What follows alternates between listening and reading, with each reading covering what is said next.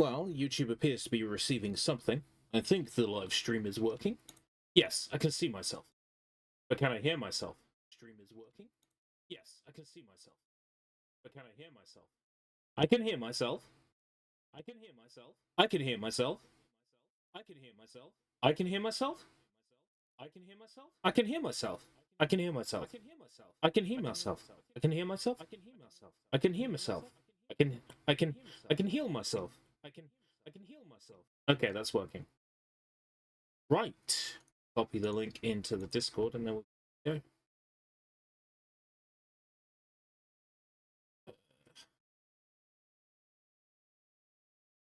Live stream, paste at everyone. This is definitely the first and only live stream today.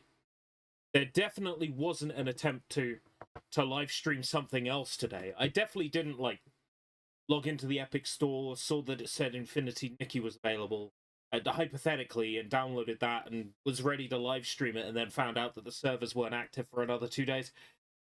No, I'm sure that didn't happen today. This is the only live stream today.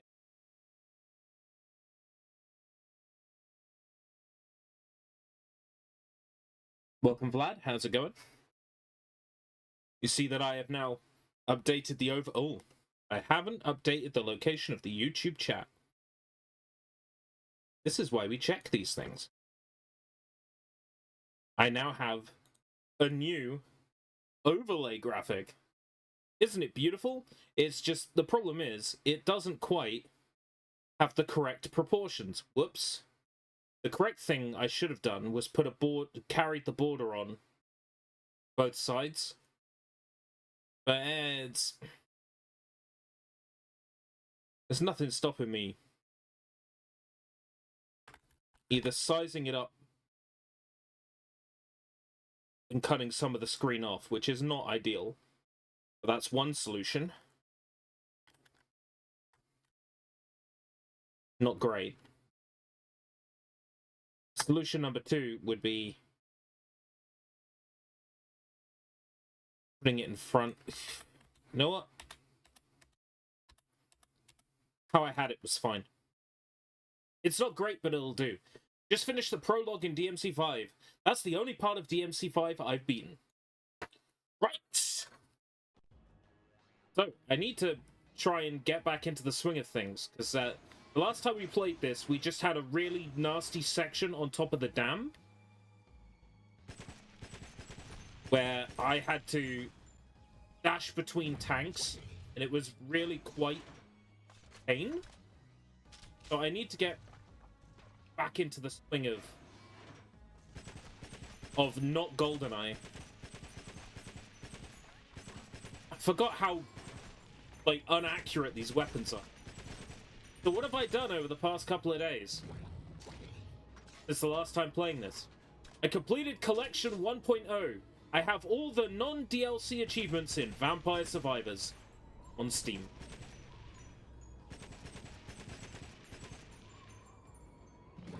Worthy use of my time.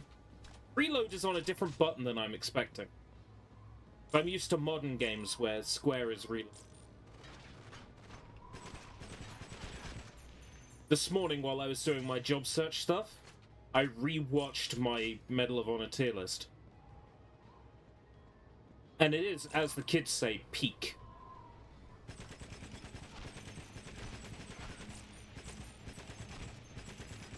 But I've already ascertained places where I could improve it.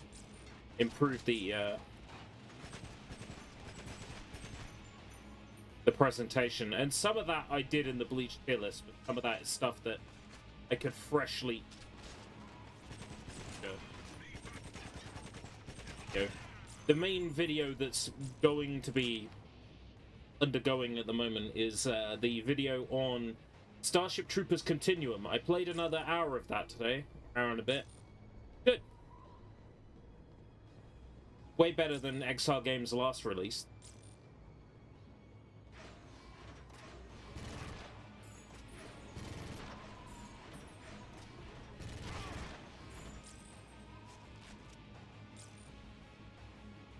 This doesn't feel as, ridiculously difficult as the top of the dam was. DMC5 is one of few Xbox games where the Xbox One and Xbox Series versions are separate. Is that true? I did not know that it had a separate version.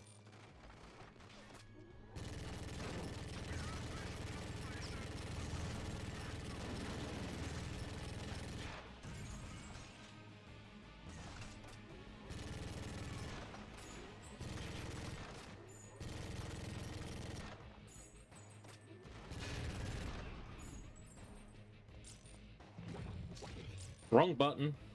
I'm trying to reload a gun that has no reload. I'm gonna go back and replace this with a gun I do like. They're running this? Oh yeah, this game didn't have a run. Oh, I can't go back and get the gun I dropped. Ah! That's life.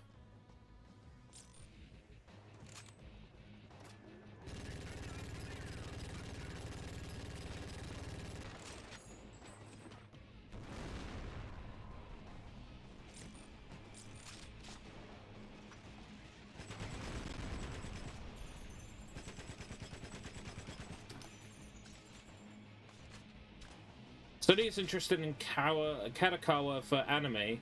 Why does Sony not invest in gaming? I have a theory about that, but, you know, some people would just accuse me of being a right-wing conspiracy theorist, but let's go. Okay, I'll share my theory. I think people might back off from gaming a little, from investing in gaming, because they've attempted to move into gaming and push a load of stuff on gaming that gamers didn't want.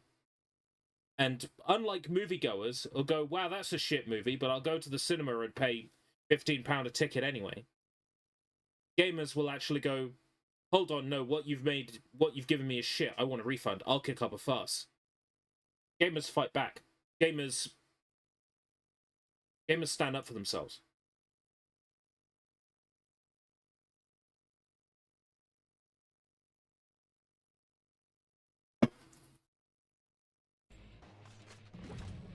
Go after anime, because all the people who like anime are, you know, introverts who don't speak up for themselves anyway.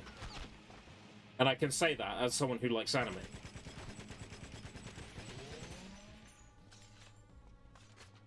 Those are the people you can walk over. You can make changes and they'll put up with it.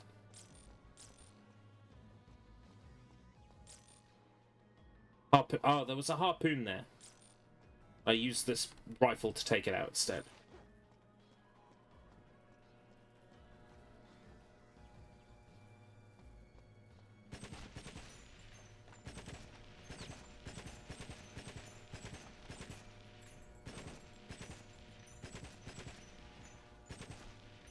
I'm meant to believe that not Bond is as good an agent as Bond. Oh, that's right. They want to blow up the dam, don't they? It's like Simpsons did it, you know? Simpsons already did it. Come up with a new plot. Hey, Johnny! First stream of the day. There definitely wasn't an attempt to stream, like, Infinity Nikki or whatever this morning. Whatever that is. How is everything in crazy Johnny world? Is everything okay? We have a staunch anti-politics thing on on Escape Route British, but I will ask, is everything okay? Your title worked. I opened the stream when I saw Bondage and I laughed. Yes! Success! Bondage, it's a December thing where we play James Bond games for the month of December. Well, the original logic behind it was that in the UK, the James Bond movies would usually be aired during December, like around Christmas time. But it's not so much the case now as it used to be. But I still celebrate. Oh, I still celebrate when, you know, how the UK used to put Bond movies on every December. I still celebrate that. And this is one of those James Bond games I've never played.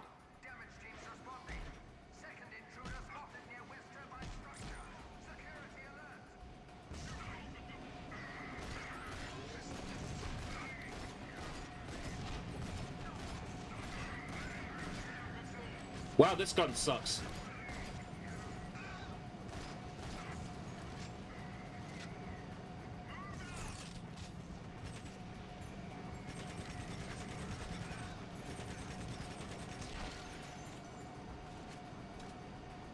I'm gonna wait for my health to recover a little bit. Well, if they break my shields, it's hard for me to get my health back. And...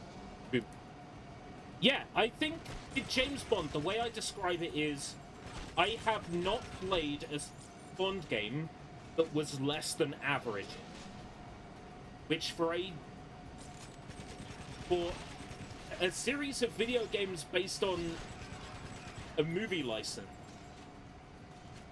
if I've only played games that are at worst average, that's pretty good overall.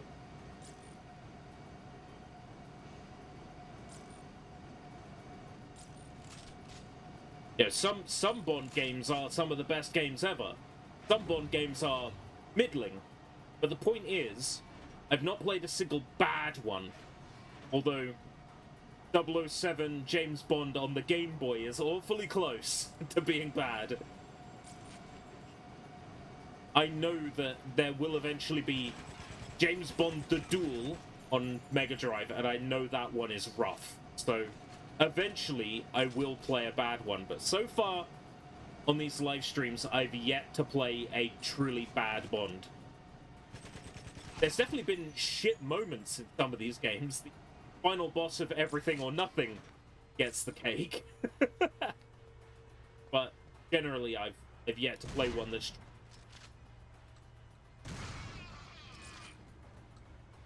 Another PC Bloodborne rumor popped up. Yeah, but that's the thing now. It's Monkey's Paw, right? You're gonna get your PC version of Bloodborne, and it's going to require a Sony account.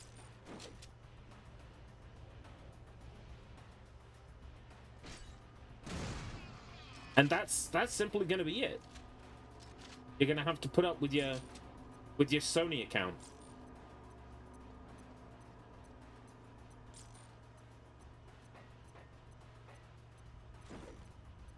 I would play a James Bond Souls-like. I do wonder how that would work. Rolling, doing dodge rolls. Instead of an Estus flask, you have your cup of tea. You have your British flask full of tea.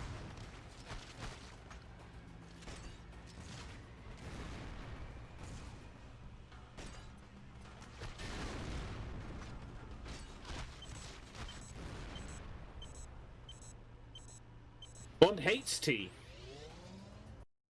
Bond hates tea. I don't like James Bond anymore. Yes, I would like to actually see some news on Project 007, because I am excited for it. I just recently picked up the World of Assassination trilogy Steam. CD Keys had a key for... CD Keys had a key for Hitman 3, all the Hitman 3 content, all the Hitman 1 content, all of the Hitman 2 content, except for the Hitman 2 DLC, in one big pack with the VR and the freelance mode, for something like £19 something. So I bought it. I've got the entirety of Hitman 3. So I will probably play that in the lead up to... Well, hopefully we'll get some information on James Bond. I'd like to think we'd get some Project 007 news at the Game Awards. Two link it into the Game Awards discussion there. I would love to stream the Game Awards. It ultimately depends whether I'm in work by then or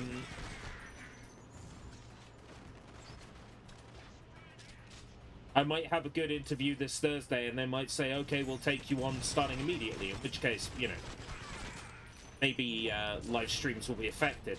But let's assume if I am not in employment by that time, I will stream the Game Awards. I definitely want to stream the Game Awards ceremony, you know, like when all the reveals are shown and that stuff. That is half midnight Sunday, I think, until like 2 a.m. or 2:30.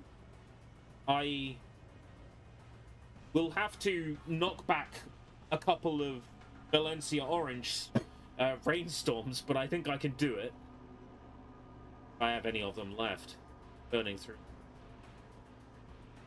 Little Nightmares 3. Oh yeah, wasn't there like a Little Nightmares 3 shown during the summer and a Little Nightmares sort of like inspired or similar game as well? I still haven't played any Little Nightmares titles. I really should. I can't imagine they're that expensive. They're probably on Game Pass.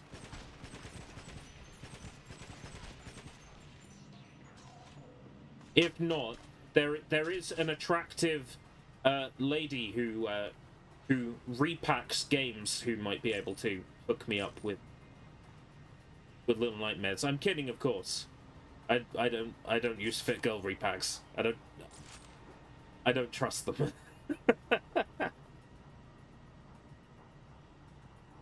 Reanimal, that's it. Yeah, Reanimal. I wouldn't have remembered the name. That's right. It's Little Nightmares 1 and 2's developer. Not actually Little Nightmares game. Locate the seismic bomb.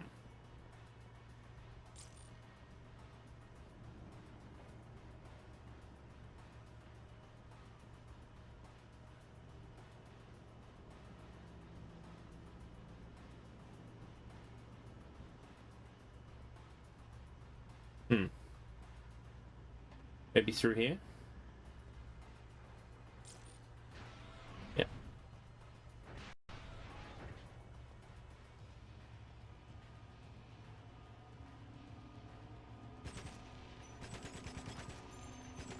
I'm not even going to joke about DokeV being at the Game Awards this year.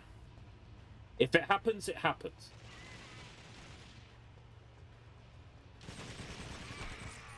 I'm not gonna, like, sit there and try and summon the game into existence singing Korean words loudly before the show or anything like that. I'm just gonna let it be.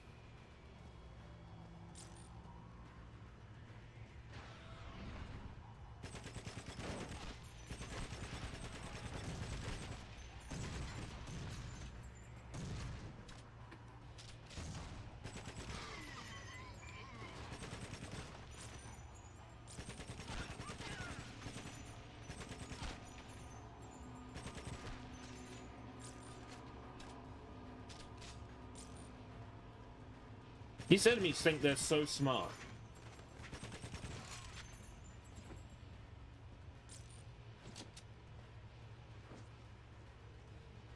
I'm not bothered. All units, switch to internal comm channel 4. Switch to internal comm channel 2.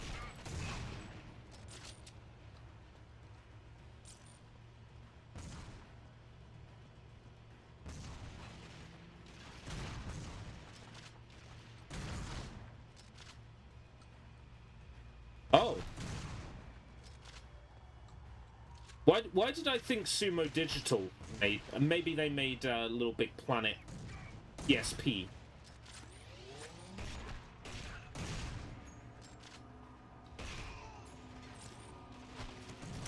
Maybe that's what I'm getting confused with.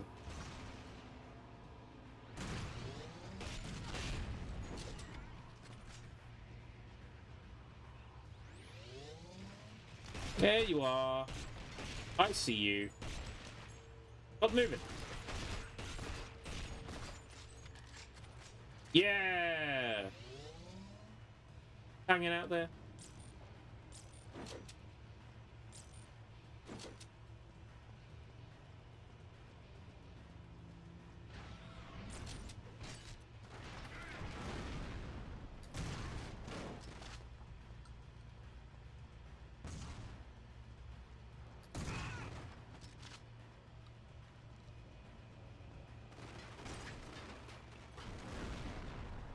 Okay.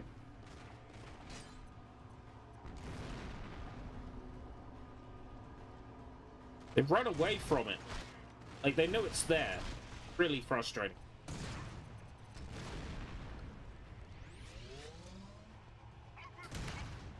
Open! What, open fire?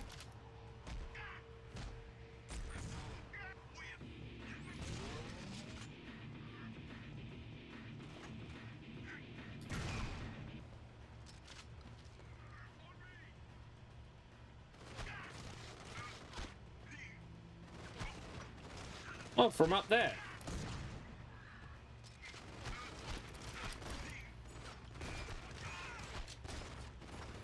Oh, shit. Yeah, the dual wield is a nice touch. Like,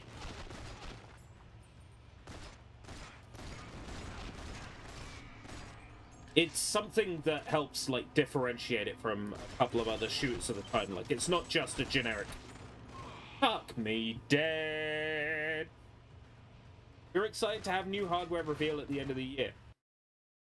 For what? Something Xbox? Xbox doesn't need new hardware. My PC's an Xbox. My Xbox is an Xbox. My smart TV's an Xbox. My smart fridge is an Xbox. This can of Rain Valencia Orange is an Xbox. Not bad.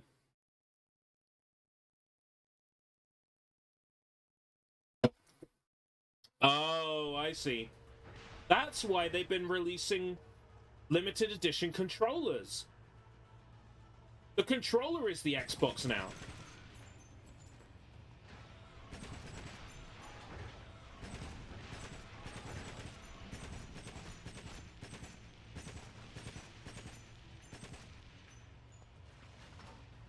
I hadn't made that connection.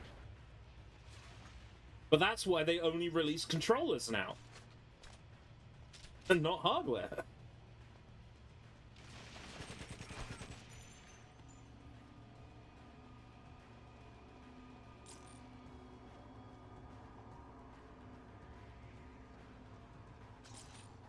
Oh, this was the easy room.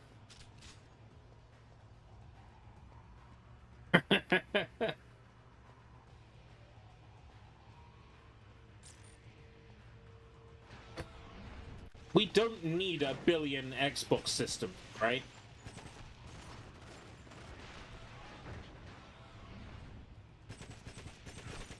We don't need our Fisher Price speak and spell to be an Xbox, all right?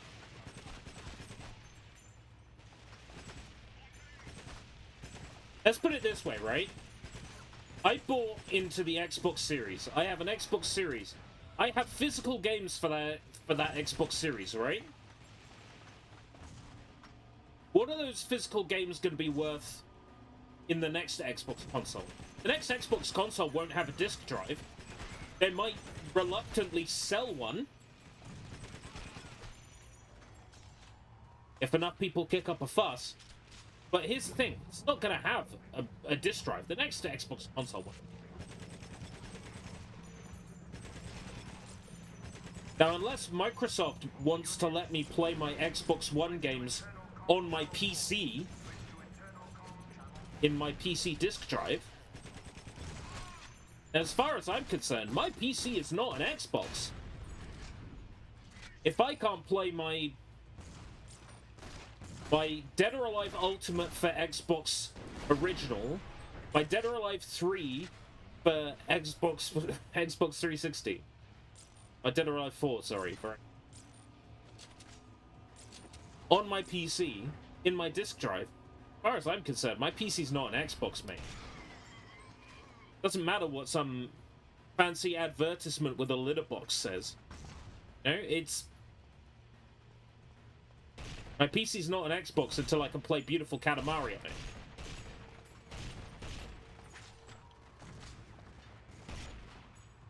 This is when Namco announces beautiful Katamari re-roll at the at the Game Awards.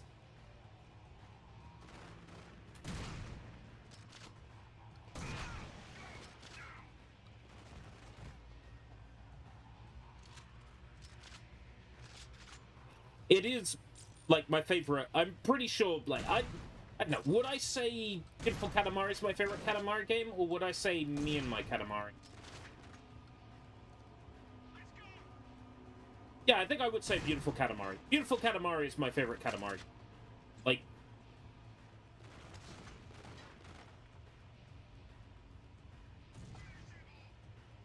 it was the first HD one, and it took advantage of, like, the benefits that a HD system brought about. Oh no, this is the one I want. There we go.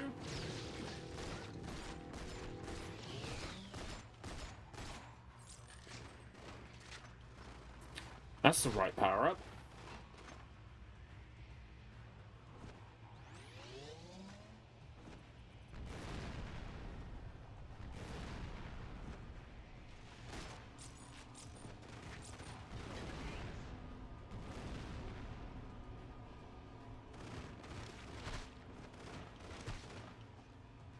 This room is particularly annoying because there's fuck all weapons in here. And the only weapons enemies seem to be dropping is pissy shotguns, which are useless. Go!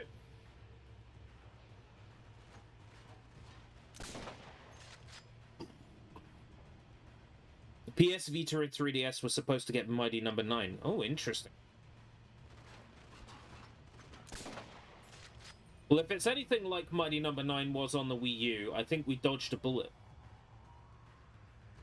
Because Mighty Number 9 tricked players Wii.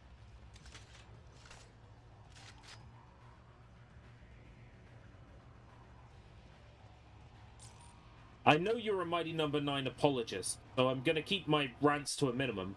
But fuck Mighty Number 9. Fuck the people who made Mighty Number 9.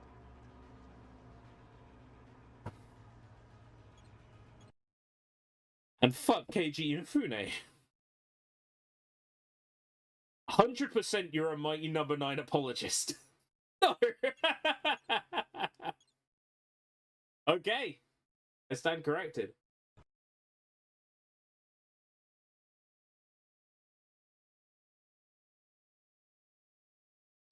You're just fascinated by it, then. I assumed, given how much you go on about it, that you were an apologist for it.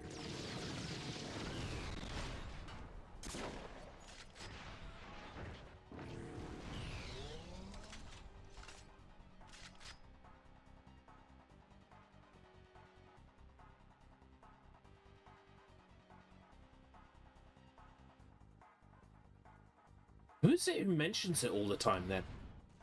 The stream, if it's not you.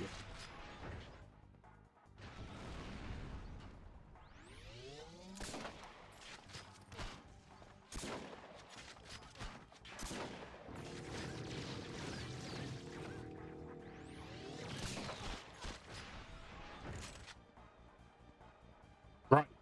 That feels like a good place to save a state.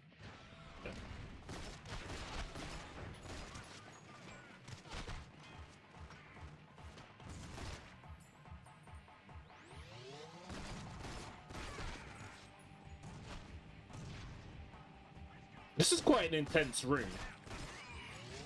Give me that.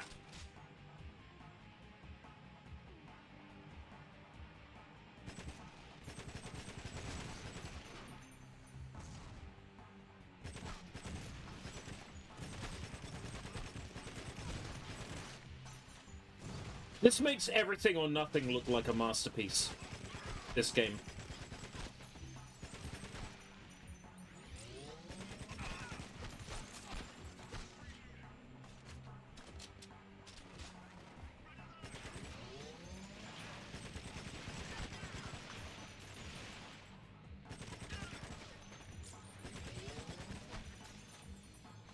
Actually, I think I mean Nightfire. Everything or Nothing is a masterpiece. I'm thinking of Nightfire. Everything or Nothing's the third-person one. That one's good. Nightfire's kind of borderline.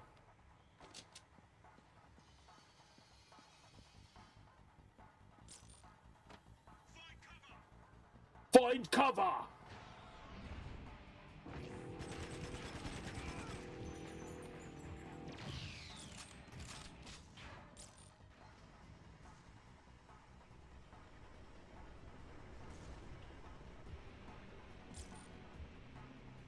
Did another enemy spawn? Oh, hello! I want to know where the minigun went. I killed the guy with the minigun over on that platform, and the minigun didn't spawn for me.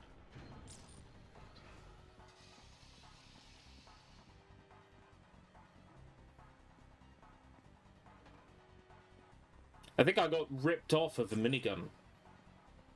Since when have I mentioned it besides this stream, and maybe I bought it before the 360 store closed? I swear you talk about Mighty Number 9 once a week for like the past 6 weeks. I'm happy to stand corrected, but it just means I've got terrible Mandela effect brain ache.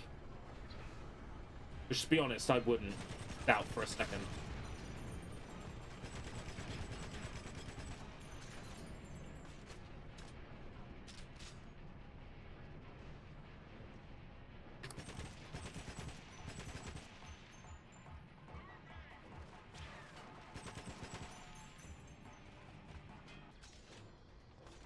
Private Divisions buyer.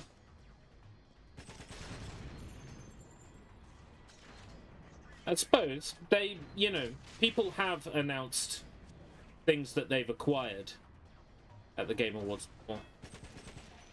That's not out of character for them. Fucking excuse me?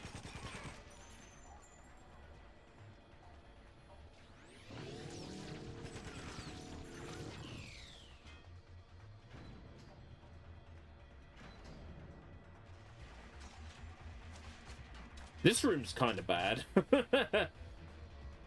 From a game design point of view. They duck out of the way!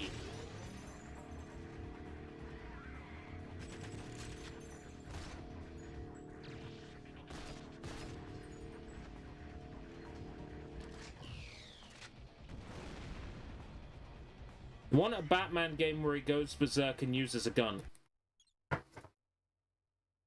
Boy, do I have the game for you. It's Batman on the Game Boy.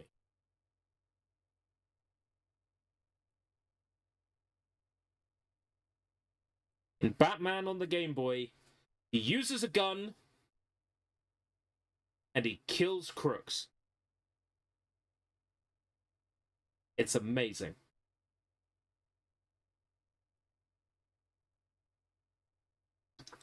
Damn straight, it's developed by Sunsoft.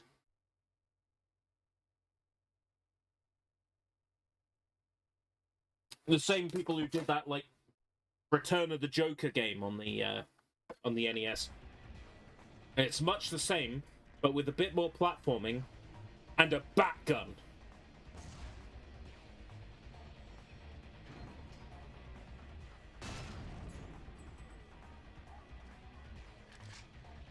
And yeah, as Draven says, actually a pretty good game. Let me tell you a story about Batman on the Game Boy. When Garlops was at secondary, he had a friend who brought his Batman cartridge into school, and his Garlops went to a posh grammar school.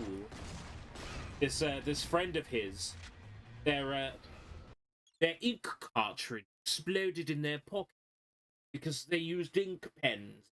Grammars. Grammar school. By the way, I passed the 11 plus.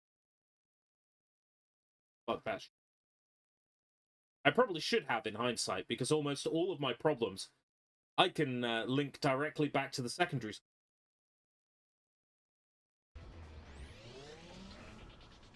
But yeah, this ink cartridge exploded in the Batman cartridge. And Garlip's friend said, if you can fix the cartridge and get it to work, you can have it. So, we got a free copy of the Batman because Garlip's got it working.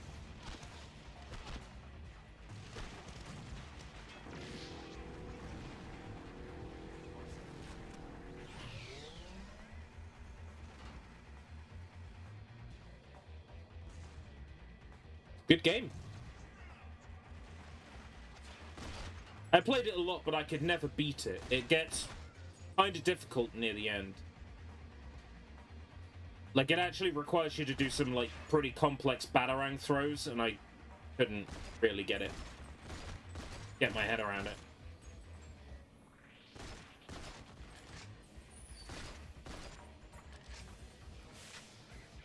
Heaven knows I tried. Couldn't get my head around it.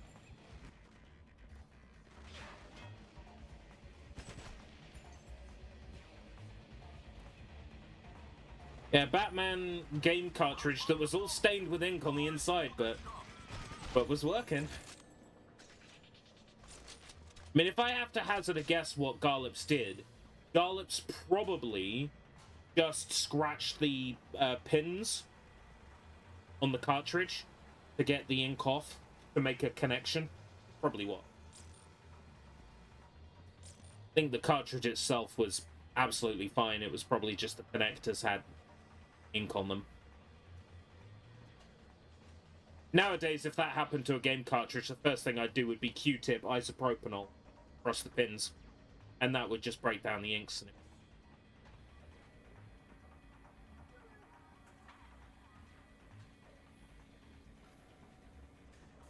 Is this the bomb, huh?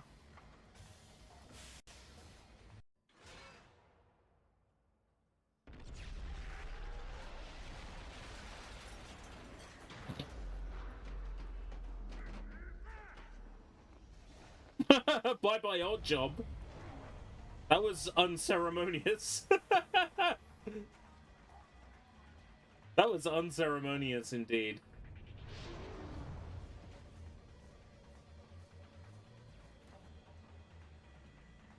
Excellent. We will now see the end of Dr. No's rebellion. I suggest you leave the area. There is still an area to leave.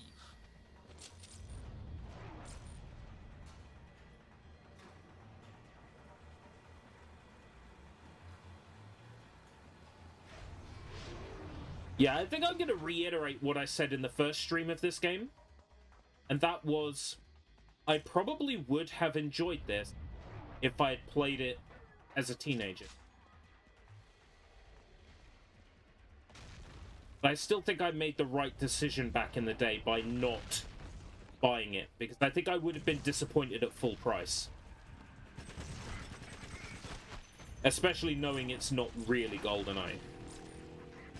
Using the GoldenEye name.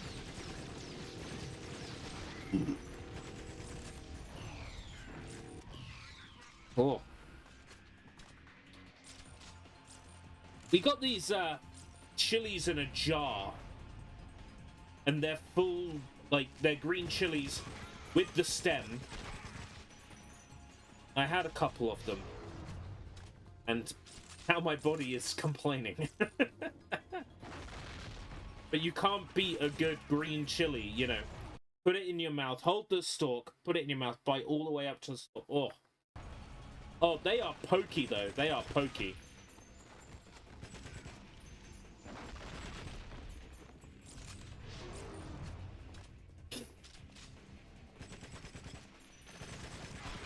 Yeah, my body's a bit annoyed with me now for eating that chili. And when I say eating that chili, I mean eating those chilies, because I had about 5 of them. They were very nice, though.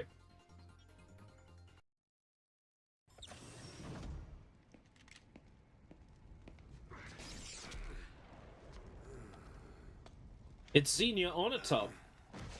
Boy, I hope she gets on a top of me. She has.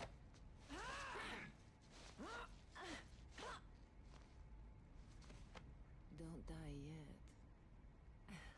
I haven't kept my promise. Defeat Xenia on a top. I don't particularly want to defeat her, you know. I'm quite happy with her just, like, jumping on the top of me and just, like, choking the life out. It's fine.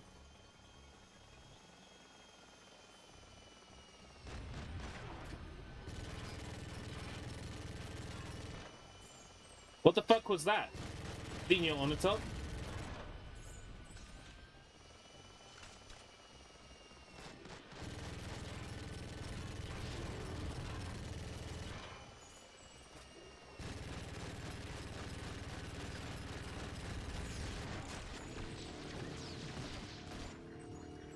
Here's the thing, though, right? I think the developers of GoldenEye 2010 played this for inspiration. Because when you go to the dam in GoldenEye in GoldenEye 2010, it's a very similar layout to this dam. There's a scene where Xenia on a top gets on top of you, and you tie her leg up to a helicopter. Tie her leg up to a helicopter, and it falls off a cliff, and it takes her with it. Now that happens in Jungle and not in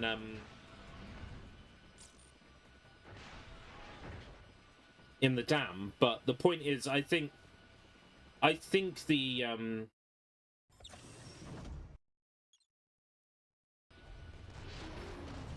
I think the developers of the Wii one played this one for inspiration, I think.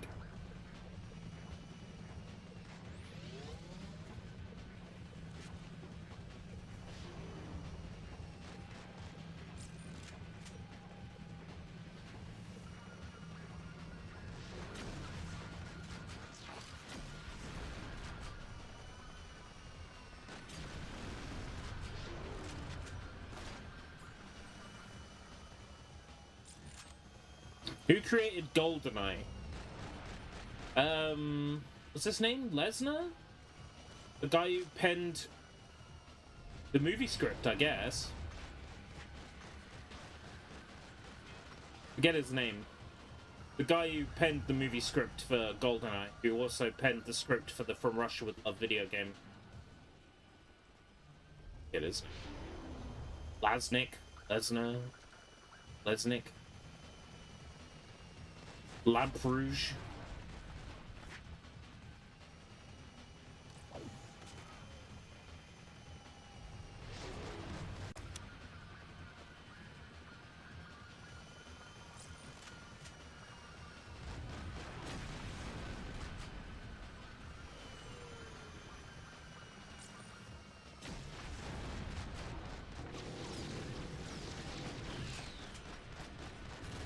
How's that thing not dead yet?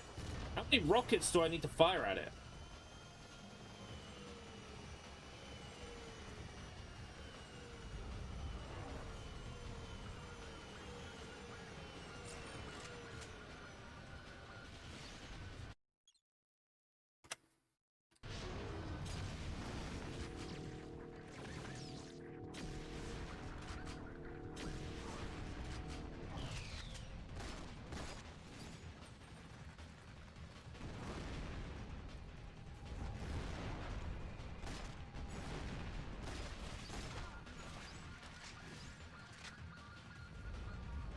Michael France and Jeffrey Kane own GoldenEye. Or wrote GoldenEye. Why did I think it was the other guy?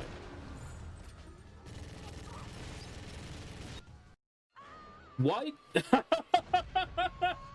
That's a bit drastic, isn't it?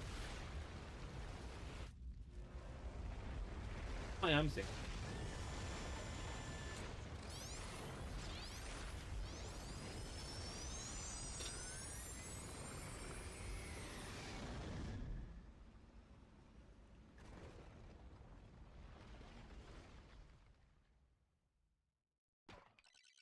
Bruce Fairstein.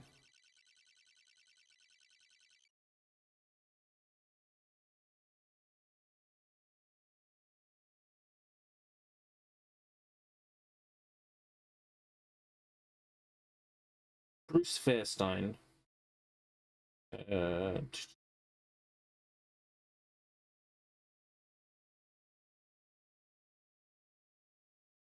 Fairstein began working with the James Bond franchise by writing with Jeffrey Kane the screenplay for the film GoldenEye with story by Michael France.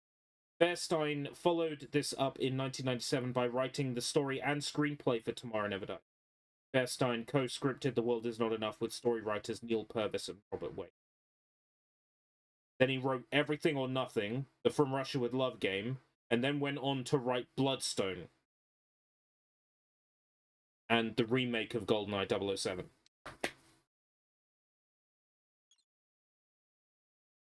I rate his work very much. Fairstein's alright. Time for me to make an edit, perhaps. Please insert the GoldenEye Rogue Agent Game Disc 2.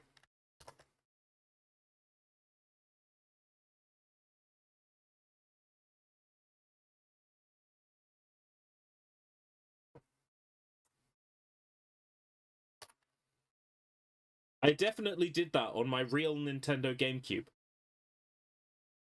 That means we must be about halfway through the game, then. Your skills warrant a more sophisticated upgrade. Something a bit more sinister. To that end, I procured a special upgrade that features the world's most advanced magnetic field transducer. With it, you can align ambient magnetic fields and focus them briefly to strike a target. That's cool. The effect for the victim is decisive, to say the least. You can control the trajectory of the victim as you move.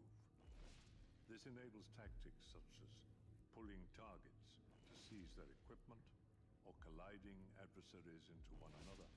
Practice and perfect the magnetic field, GoldenEye. This completes your arsenal.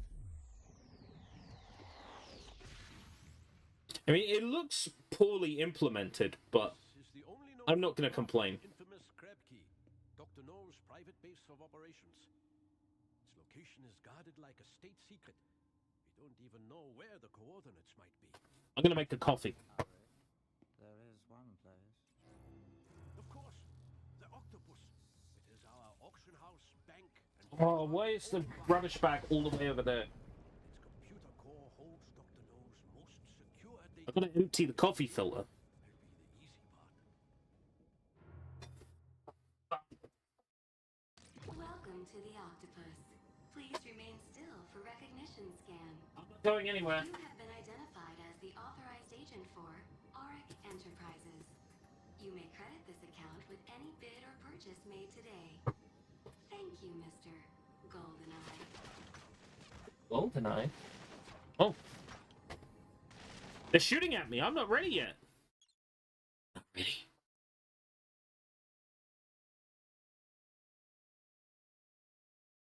In this game, you are playing as an agent.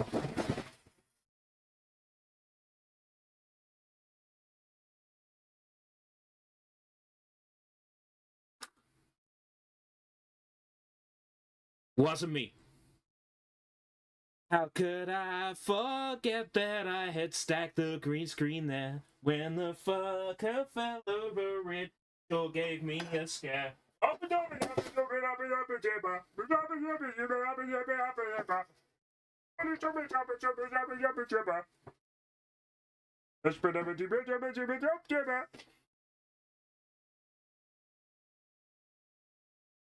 Caught me banging on the counter. Where's my food?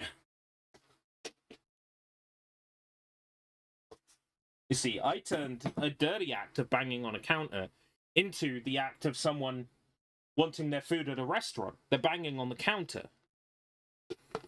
Sounds like I'm listening to the original master recording. Oh, you.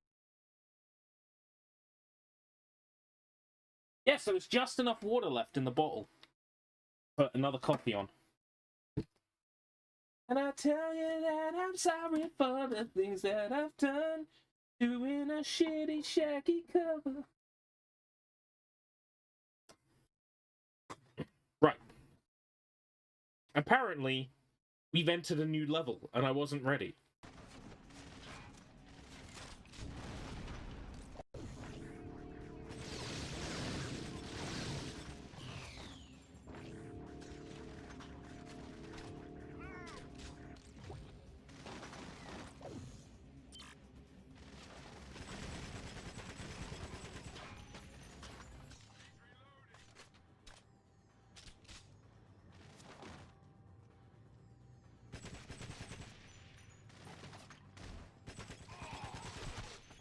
GoldenEye magnetic field.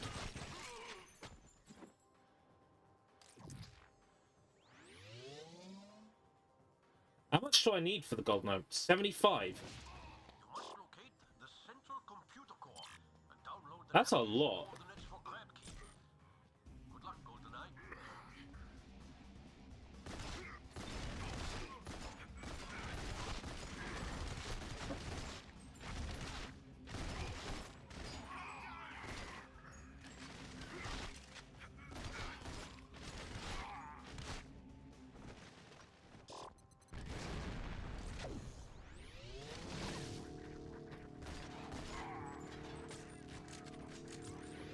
Well, taking a hostage doesn't stop them shooting at you, but it does give you a second health bar on the left-hand side. So you can rush in with a hostage. I'll show you what I mean.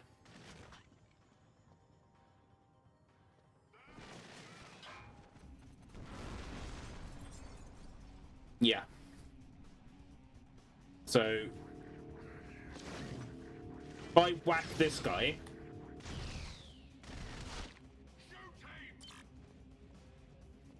okay, I'll whack this guy.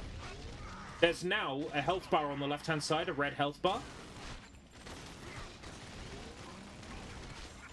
And instead of me taking damage while I have a hostage, the hostage takes damage.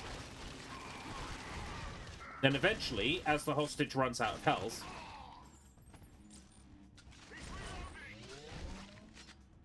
so taking a hostage is a valid tactic.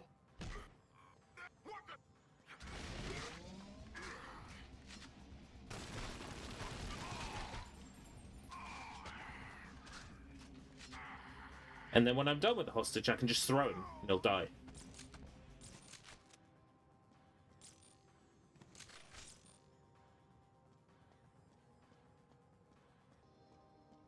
Dual-wielding RCP-90s, or I guess HS-90s, they're known in this game.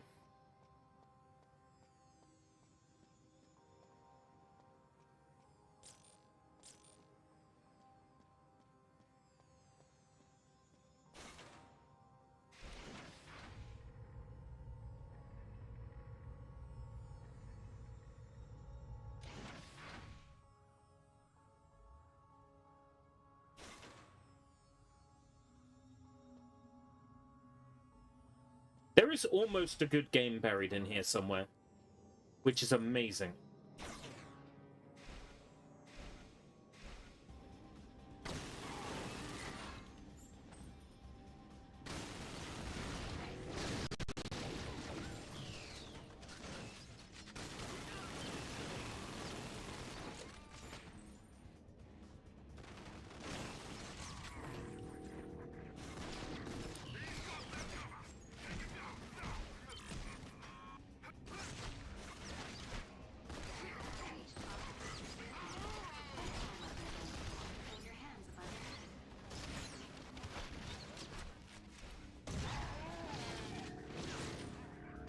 They hit me with venom, which slowed me down.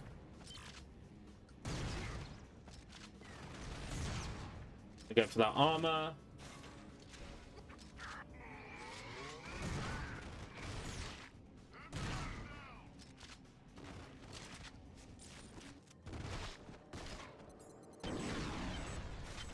All right.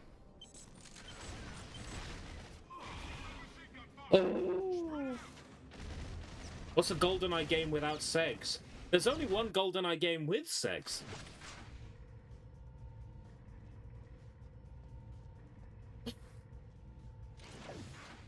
This game sort of had segs, to be fair. Xenia on a top did get on top of me and try to choke me, which was very hot. Very sexual.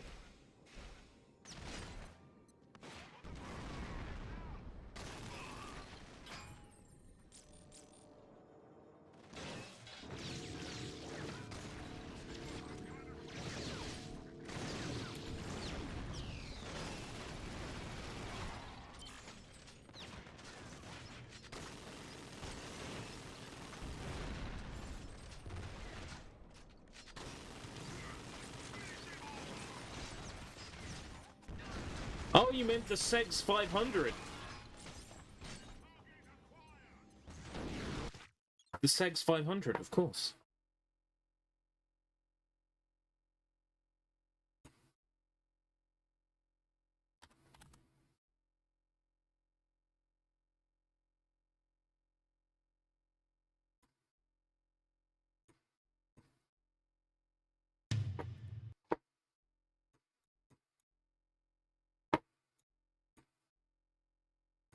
A YouTube notification? Oh, it's just someone comment.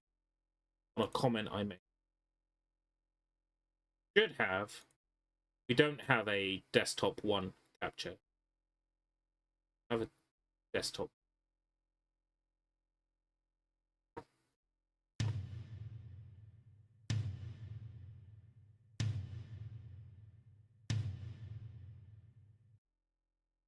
You know, there's a first time for everything. Wow.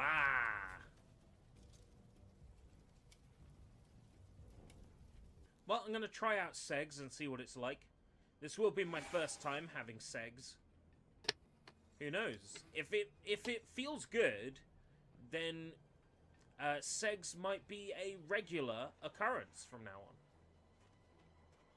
on. But if segs isn't all it's cracked up to be, then I don't think I'll be having segs very often. I've got to level with you. So far, segs is pretty impressive. Segs, man. It's this weapon's name.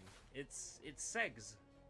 This is my first time having segs. And you know what? It's as good as everyone says it is. I'll switch back to segs and show you. It's legit. Segs packs a punch. Let's go over there and give them a taste of segs. It's too far away to give them a taste of segs. You have to be up real close for segs to work. Yeah, that's fine. If I can't snipe them from far away, I'll take segs to them. Are you worried I might become a segs addict? Yeah, I've heard terrible stories of people, you know, having a bad time after they get introduced to the wonderful world of segs. Oh my god! Segs! I got lucky today, guys. I get to experience segs again. Hey, Russia! Have a taste of segs! I never thought I'd get another chance to have segs, but you know, I just had segs, and it feels so good.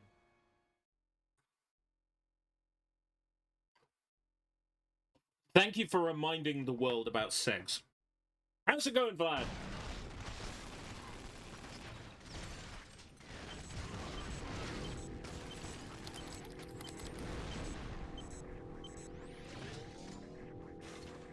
This room is particularly fierce.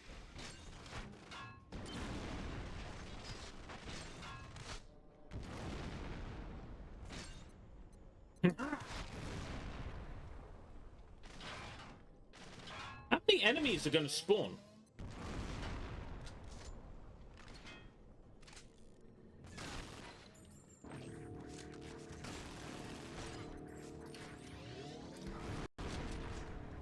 Looking for some eardrops. Can't find them.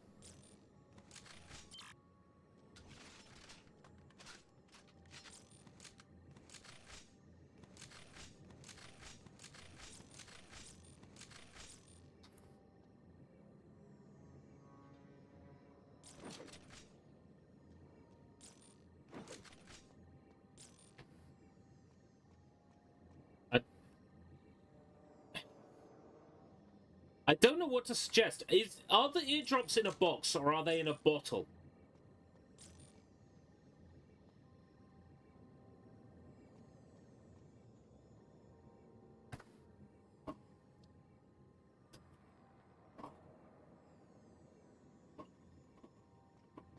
You have breached Octopus security.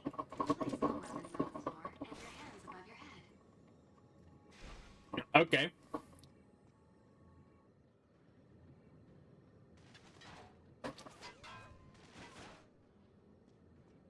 Well, 9 times out of 10, if it's a small bottle for me, it usually ends up between couch cushions, or it ends up rolling on the floor underneath something.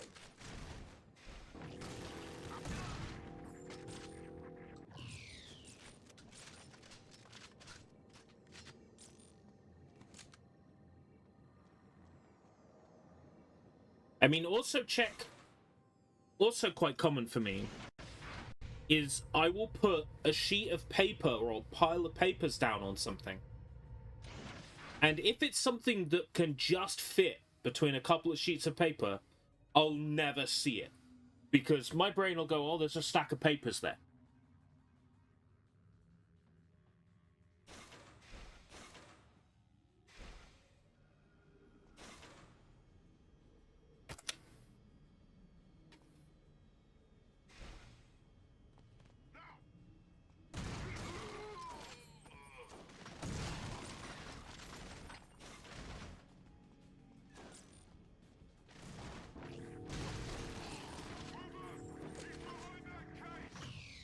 He's behind that case!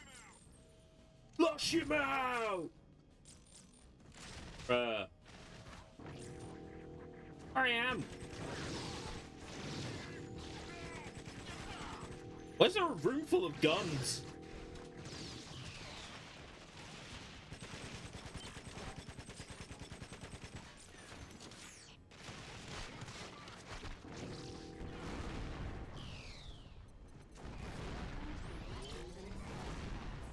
These lots all begin with the number 2. Oh, right, they're auction goods. Okay. Purchase agent for Auric Enterprises. You have a credit ceiling of 18 billion neutral currency units.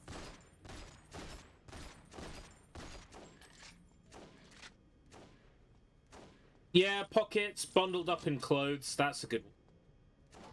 That's quite common for me.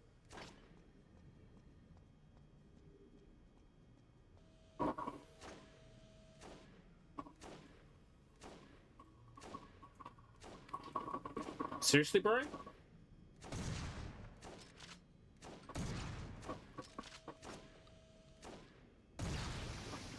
There we go.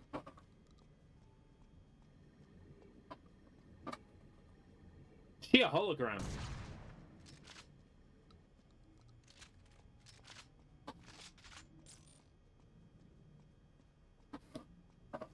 Seems to be a lot of HS-19. Or HS-60. HS-90. I'll take the ammo. How do I get up there?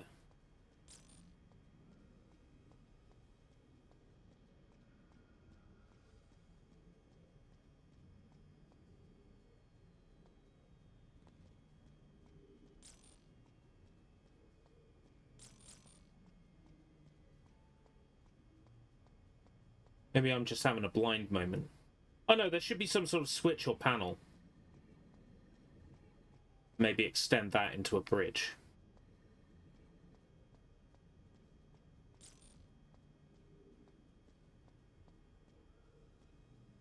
I need to get over there.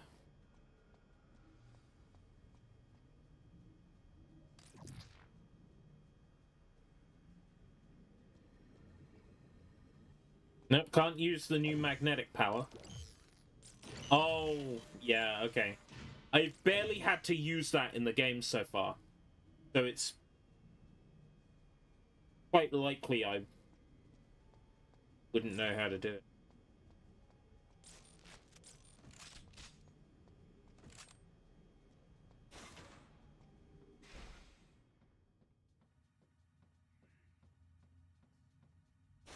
What do you do if you want to find out the name of a song? And you've got the song in like a remixed form. It won't Shazam. The lyrics are incredibly clear in the song. But when you Google the lyrics, nothing comes up. Like, what do you do?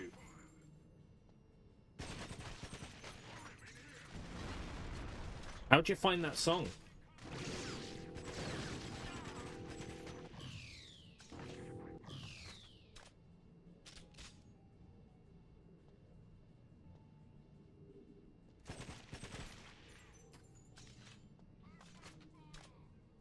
Let me give you some context.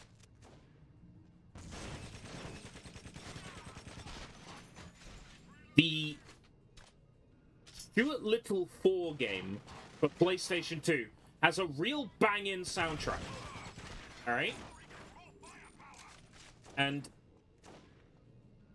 Beaver Gunner has done a most excellent remix of one of Stuart Little 4's game audio tracks.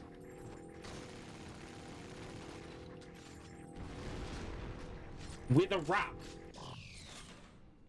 mixed into it.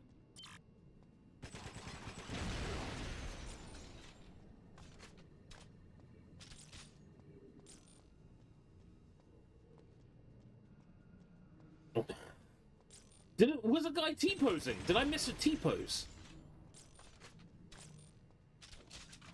Yo, there's a mag rail in here? Fuck. It only holds 4 shots, but it's worth it. Thank you for purchasing Lucifer X14 plastic explosives with integrated detonation switch. Your goods will be waiting at the docking bay when you depart.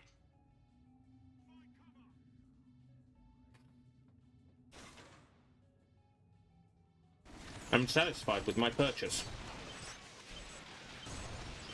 Oh, fuck me. Keep missing.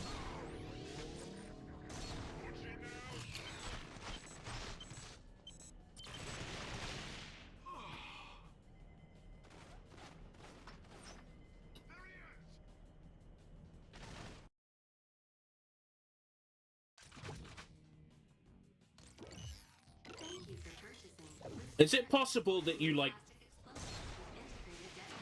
went out into the street with them and handed them to somebody in a stupor, in a tied stupor? He's using a heavy weapon! Thank you for purchasing Lucifer X14 plastic explosives. Oh, I'm so tired. Don't know who you are, mate, but can you hold on to these eye drops for me? These eardrops for me. Because the next time I need them, I'm not going to know where they are, because I keep mislaying them. If you could just look after them for me. With integrated detonation switch. Your goods will be waiting at the docking bay when you depart. Falco's ship is in the docking bay.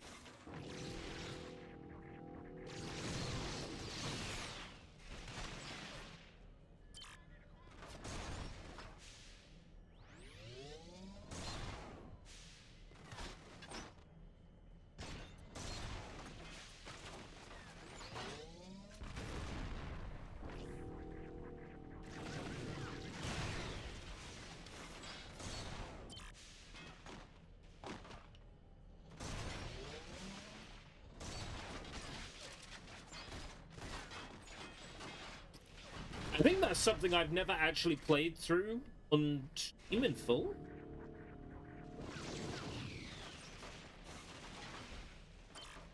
And yet, it's like one of my favorite games of my childhood.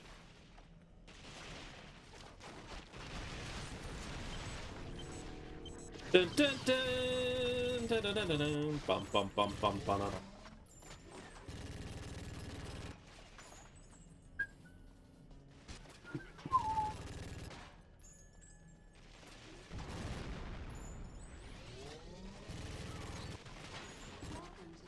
Big summer blowout.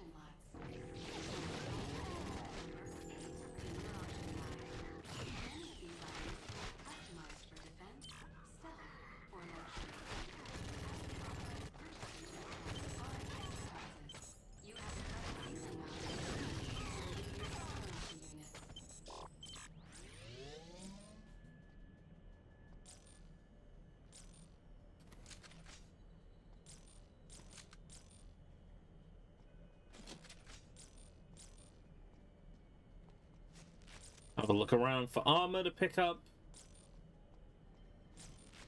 The biggest criticism I have with this game is, funnily enough, the biggest criticism I have with the VR Starship Troopers game that I'm currently doing a review on.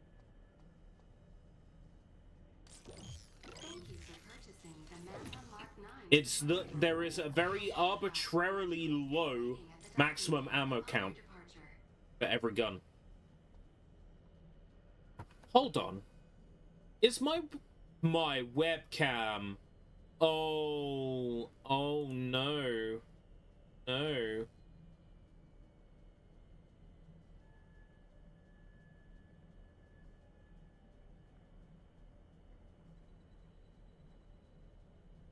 Perfect. That was pissing me off. Only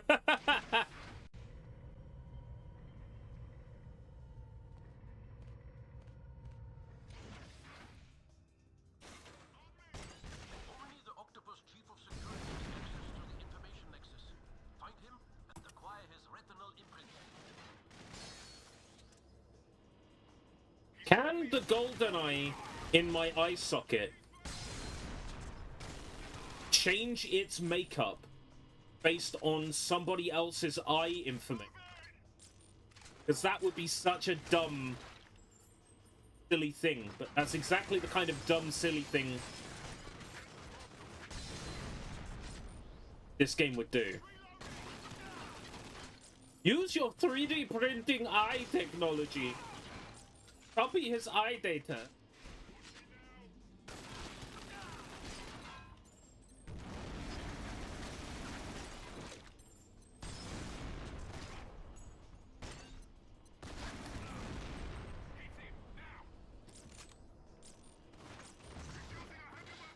He's using a heavy weapon and we can't see him. But somehow we know, even though he's behind an opaque object we can't see through.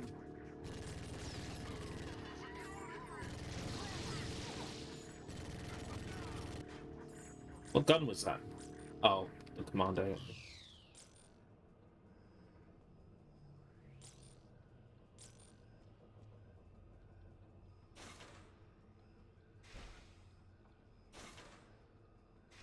Oh, this room's cool.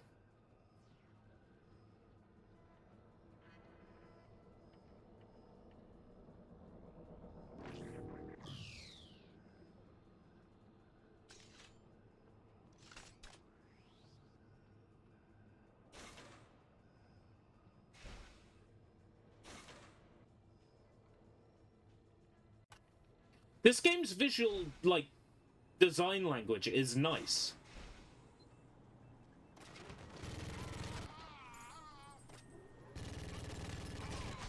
I wonder what a sort of pseudo-professionally done HD fan texture pack would look. They look quite nice.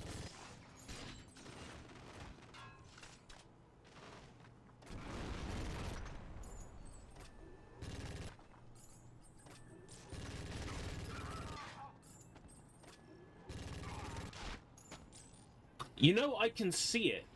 Admittedly, I've only played, like, the first 10 or 15 minutes of that game.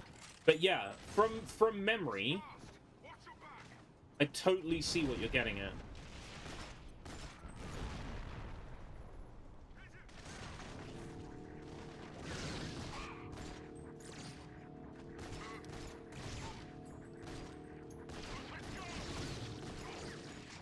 That's meant to be, like, augmented vision as well, right? So, it kind of makes sense.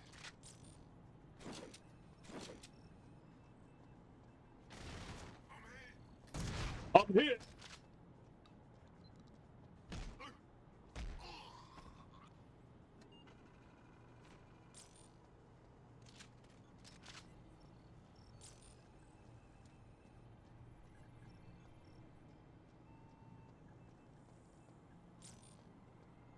was gonna say, I wonder if these guys played Deus Ex Invisible War, but I mean, yeah, probably.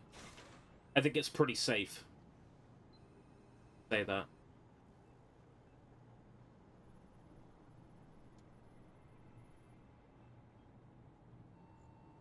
I'm sure Invisible War came first. Invisible War was what, like, 03?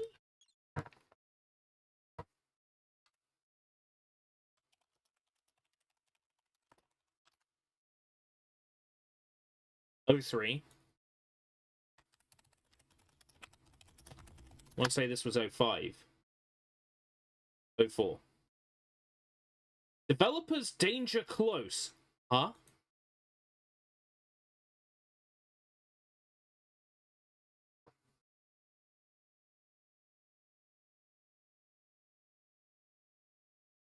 EA Los Angeles. Holy shit. DreamWorks Interactive. Then why is this game so ass? Why is this game so ass? If Danger Close worked on it.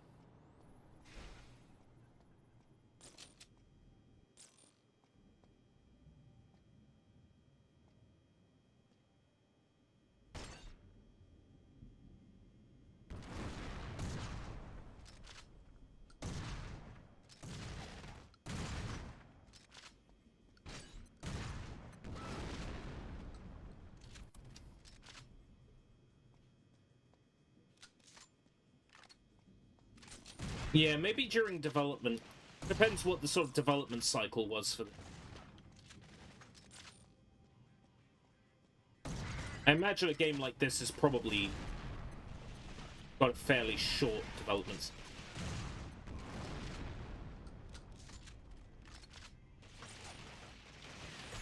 I mean, most of the game is FMV.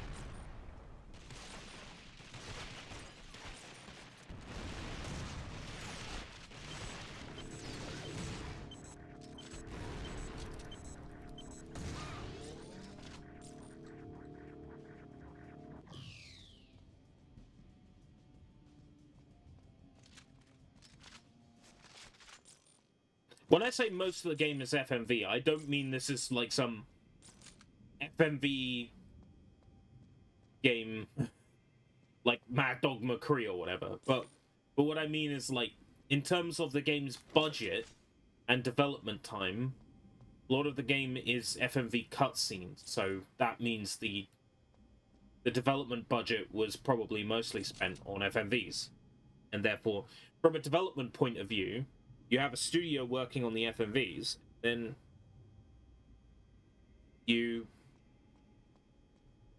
basically just slide those into a game, and you're done. I'm trivializing it a little.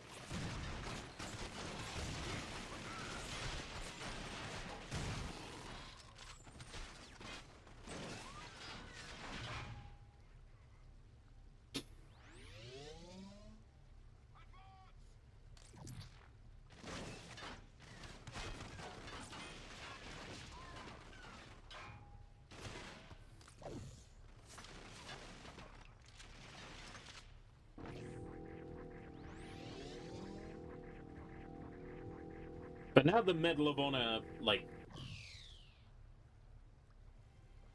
ties are more sort of obvious now I know that EA Los Angeles worked on.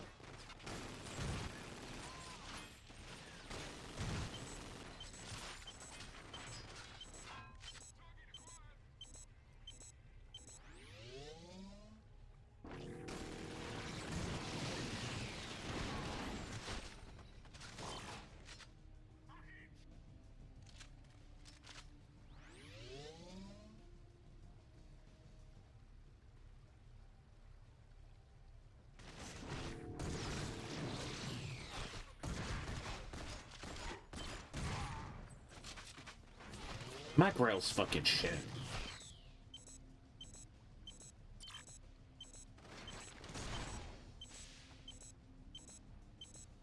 Thing about the Magrail is, unless your aim is spot on, it's a shit weapon.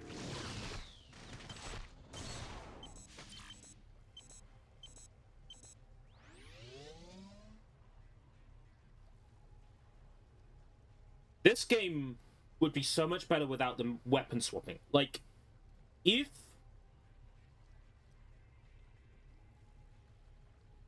I had all these weapons on a weapon wheel, right? That I switch through with the D-pad, like Doom, this game would be so much better.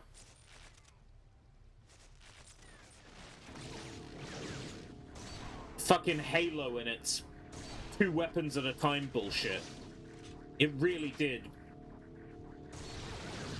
send first-person shooters back.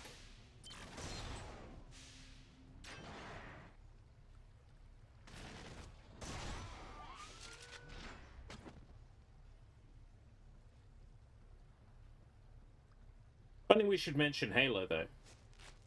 I brought this up on the last stream. That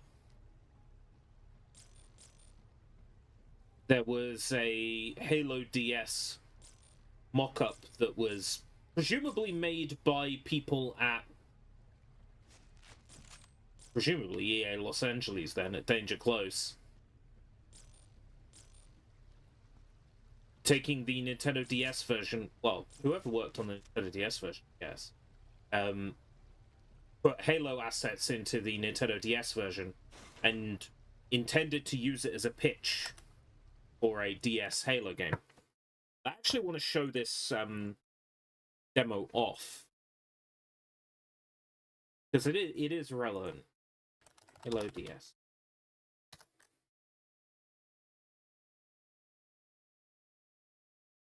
Hey guys, it's Matt here with IGN might content block us, but we'll see. I feel relatively confident we're not going to show a great deal. Oh, this is them showing it being played on an actual DS, because people accuse them of making it up. They'll do better. It's better than nothing.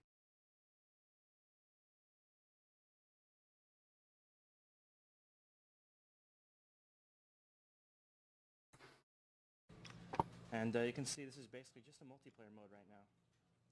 Take a little ass. Oh shoot. And I'm probably gonna get my butt kicked. Have a look at how this sort of moves and how the animations look. But there you go. It's you know, it's Halo. It plays like Halo. Looks like Halo. Sounds like Halo. And Top screen and bottom screen. control options. I'd like to up the sensitivity on everything a little bit.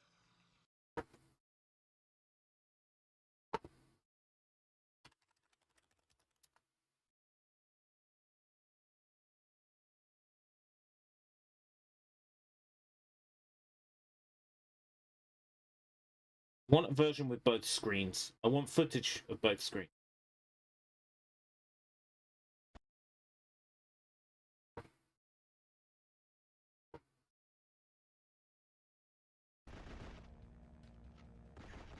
Like the way the hand comes straight down. The circular HUD on the bottom. It's never been confirmed that the Halo DS prototype was based on GoldenEye Rogue Agent, but just seeing it in action, it's pretty clear that Halo DS was based on this engine.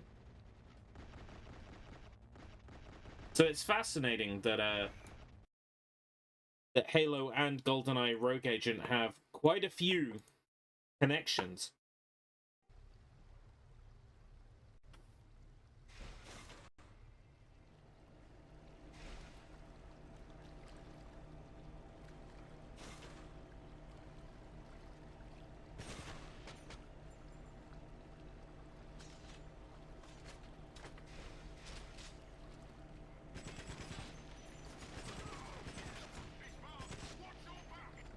Watch your back!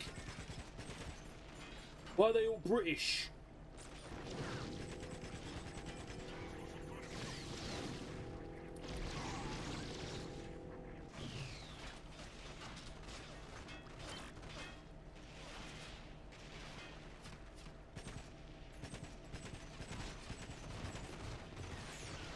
Look, if I'm aiming at somebody and I'm shooting at them and my crosshair is on them, the bullets should hit. That's my... I know, hot take, right? But the bullets should hit.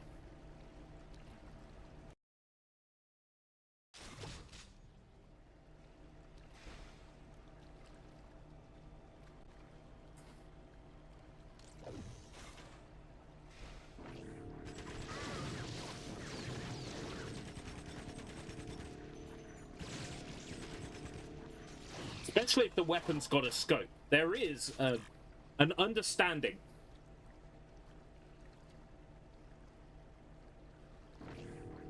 That it should, you know, it should fit.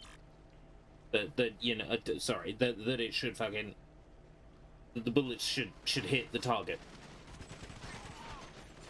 Why is my aiming not zoomed in more accurate than my aiming zoomed in? This game is silly. It doesn't make a lick of sense.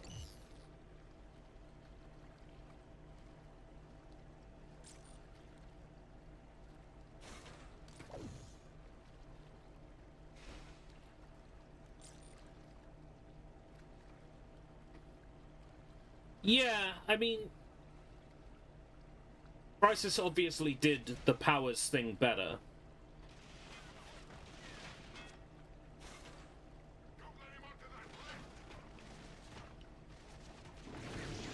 Don't let him under that lift! Or else what, you big drip?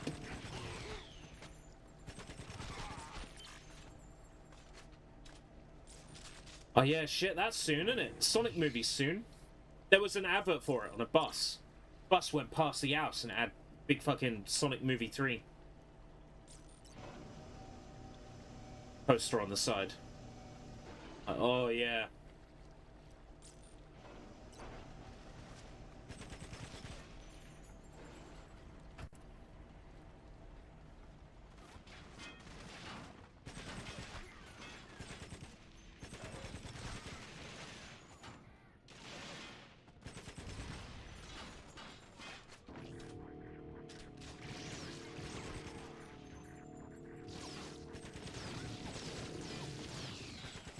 Gun knockoffs, yeah.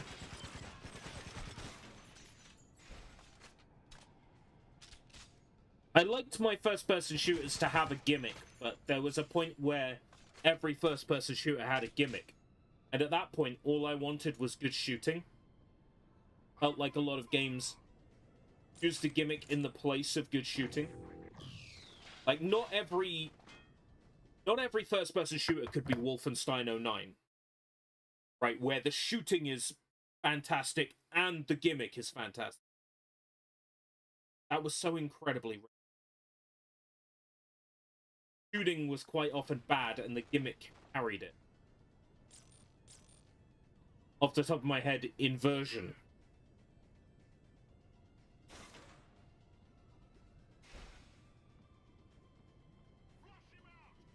Flush him out!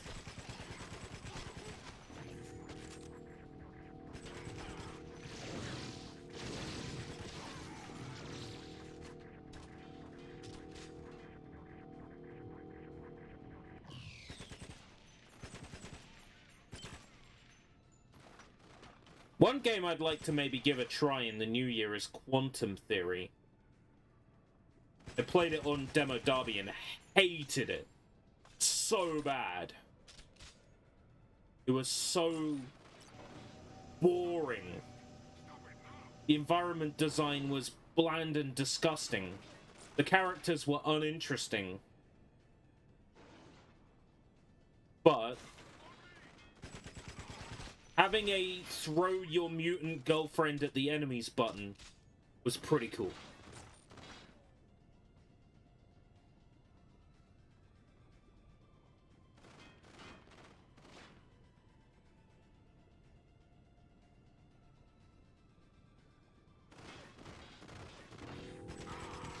Where are you shooting at, dumbass?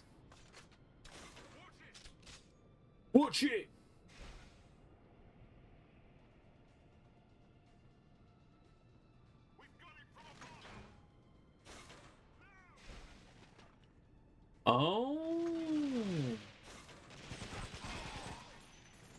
Doing that has respawned the enemies in this room. I walked into a different enemy trigger. I made things harder on myself.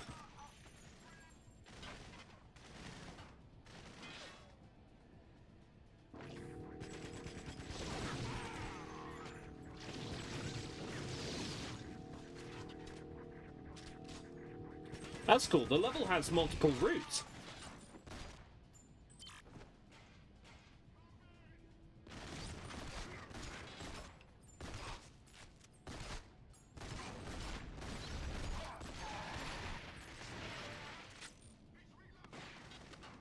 Time shift. Now, once again, I'm gonna have to clarify. Time shift is the game we played on stream, not Singularity.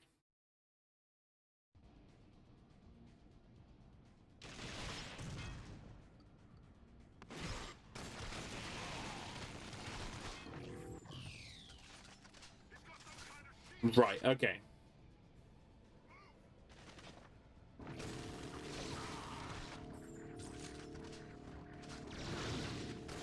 The one I want to play and see what it's like is Singularity.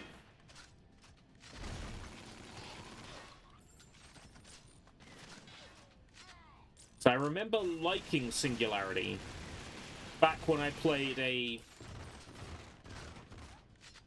evaluation copy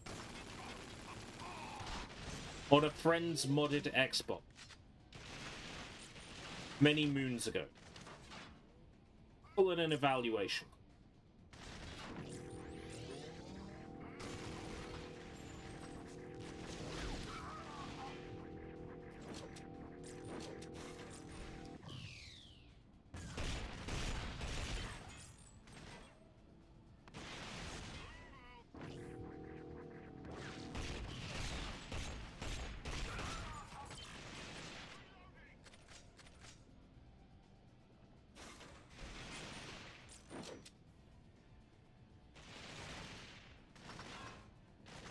Why did I allow more enemies to spawn?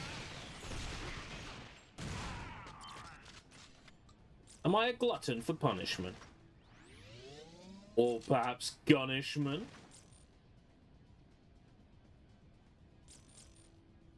It's a sniper rifle that shoots remote explosive bullets. That sounds legit.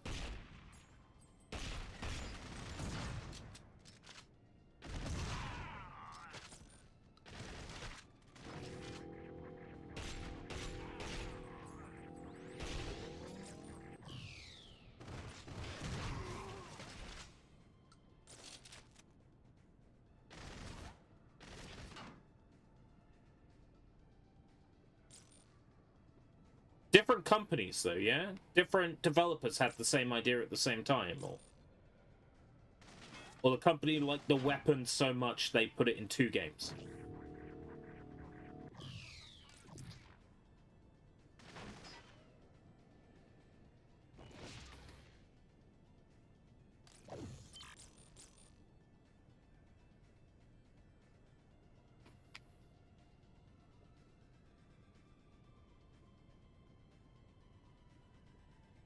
Joke's on this guy if he doesn't stay still.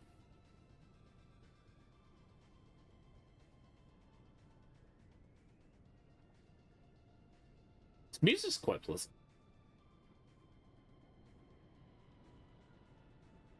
Hello, mate. Whee! It costing 75 eyeball power to do that is really shit, by the way.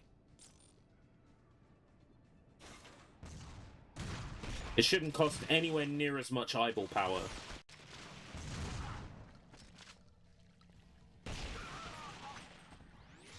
Like, I'm thinking it should be 50 or maybe even 45 eyeball power.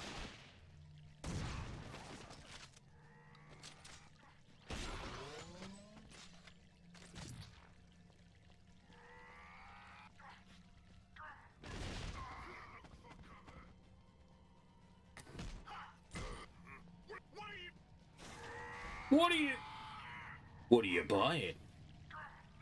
What are you selling?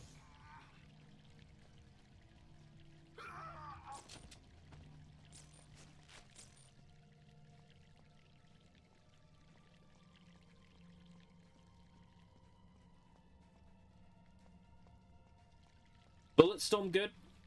Just like, you know what kind of games I like. You know what sort of things I like to play. I probably asked you this question before. Bulletstorm good? Yay, nay.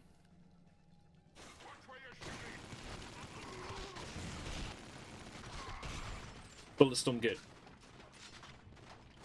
Worth playing seriously, or can I just play it with the Duke DLC and call it a day?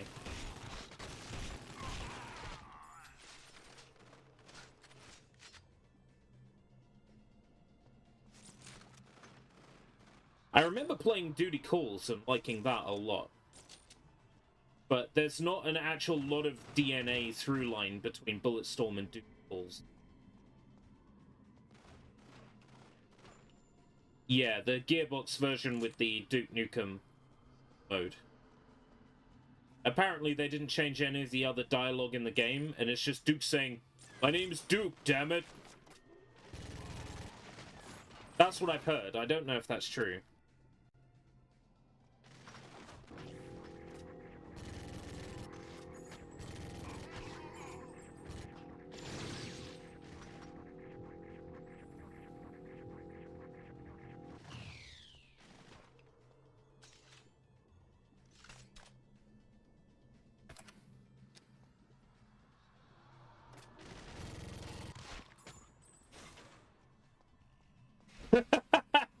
Yes, so that's exactly what I've heard.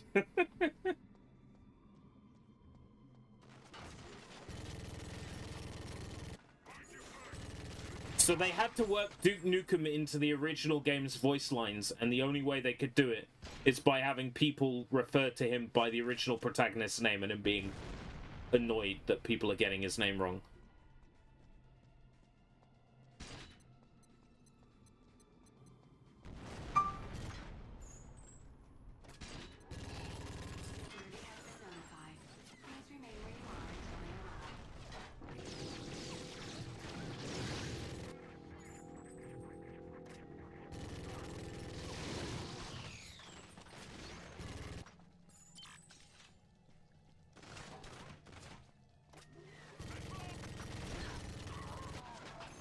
I should make an effort to play more of the games that people actually requested I play.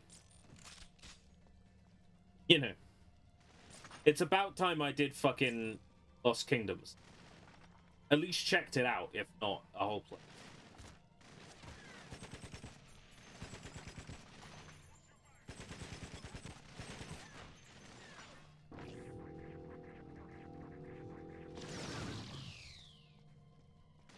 I should play all the games I promised to play.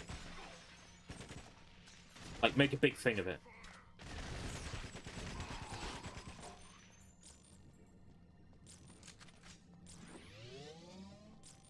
Oh, Bulletstorm DI.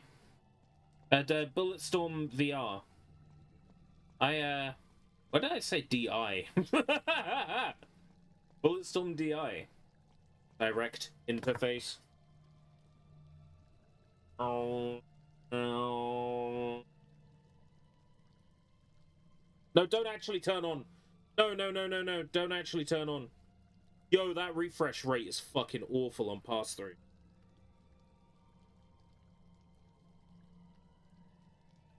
That is horrendous. Turn off now.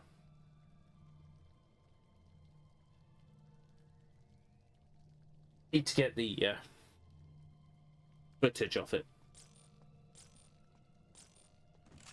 The VR one.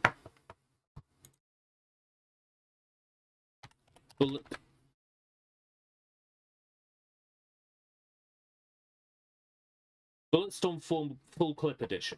That's the Gearbox one with the Duke DLC.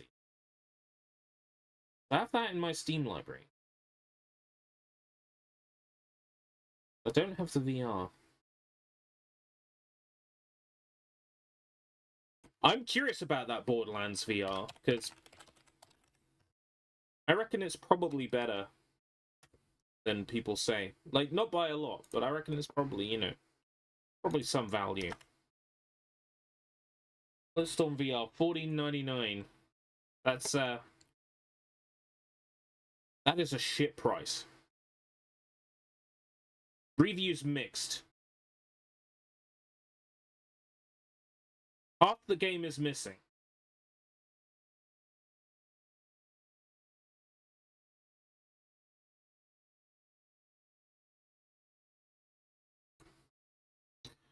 These AI-ass sounding responses.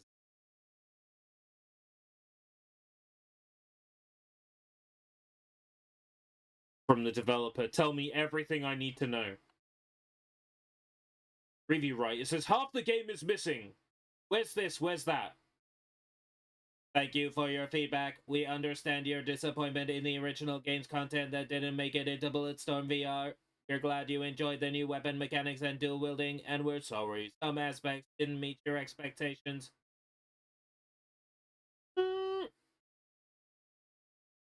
$14.99, please. Yeah, no. I'll wait to see if it goes on a VR bundle. Somewhere like Fanatical.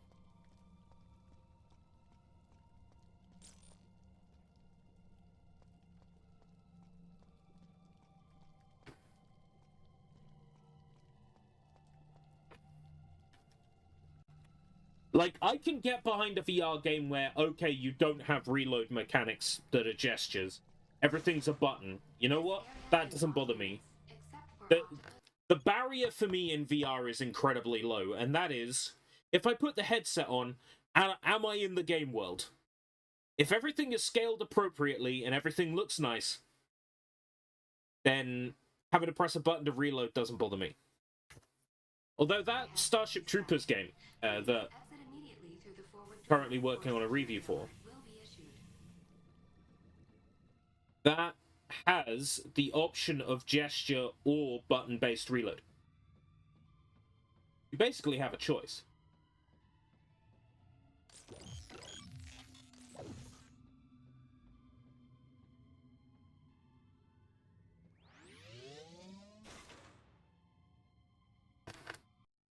To do a manual reload, you press a button that drops your clip, then you go down to the ammo on your pouch, you grab it, you put it in the gun, and then the gun will have something somewhere that you have to pull, like a lever or something on the top. Reload. That's reload method number 1. Reload method number 2. Point the gun down, press the button, bring the gun back up. I prefer reload method number 2 because in a firefight, if I'm like, oh shit, you know, I've already got killed by a bunch of bugs. If it like reload, bang, bang, bang.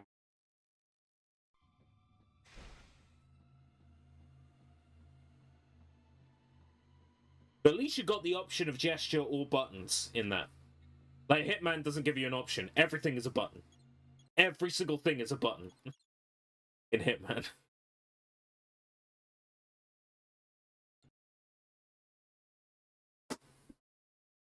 Still some water left in the coffee machine. Let's finish this cup of coffee. 2 hands in Hitman isn't really a thing. Yeah, Hitman 3 VR Reload lets you do strangulation, but apart from that, there's no real point where 2 hands is needed for anything in Hitman VR.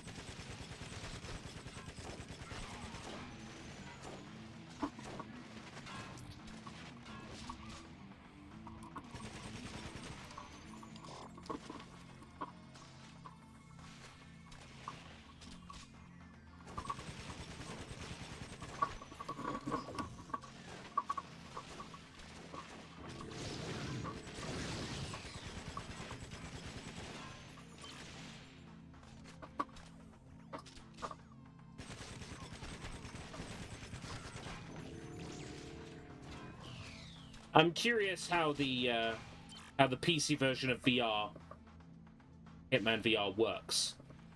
Because if it's basically the same as it is on Quest, but the graphics don't suck, I'll be satisfied.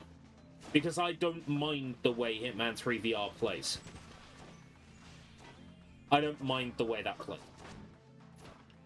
The big issue I have is that the performance is, you know, dog shit on Quest. That's my problem with it.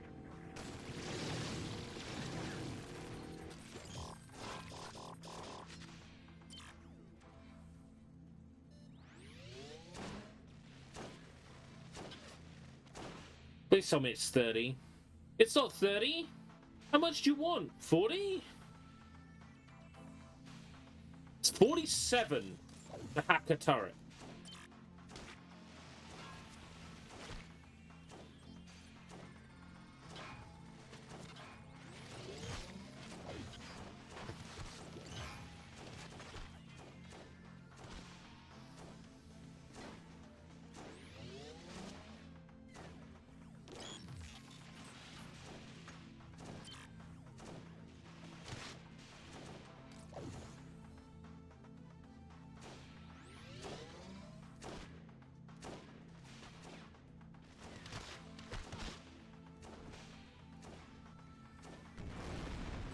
I'm loving the, like...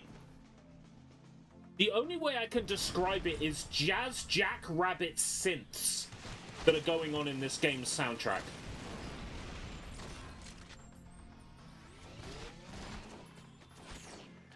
Like, this game's soundtrack genuinely has some jazz jackrabbit synths going on.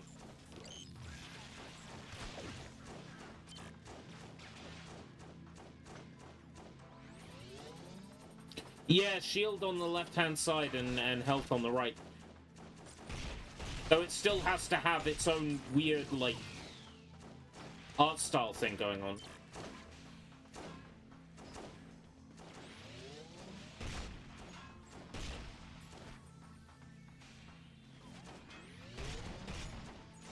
Like, the game didn't have to be called GoldenEye, right? The guy didn't have to have a literal golden eye, right?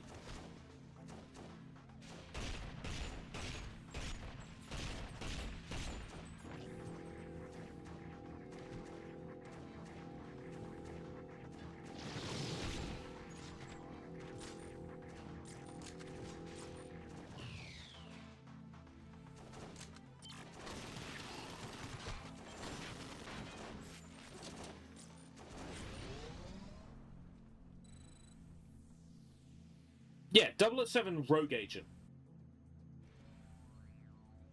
I wouldn't have an issue with that. It's not, you know, trying to deceive people.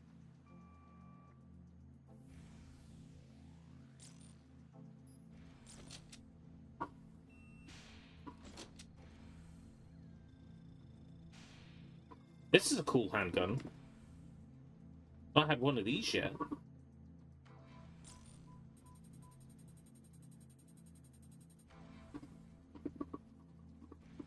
Is there an enemy over this side of the room now? Oh, I need to activate this. Can I activate it from afar? No. You have the navigation coordinates. Now get out of there and stop spending my money.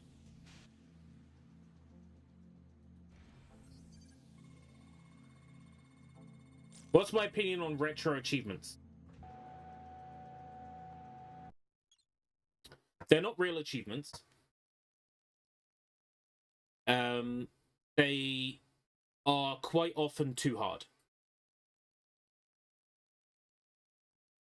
That's my opinion.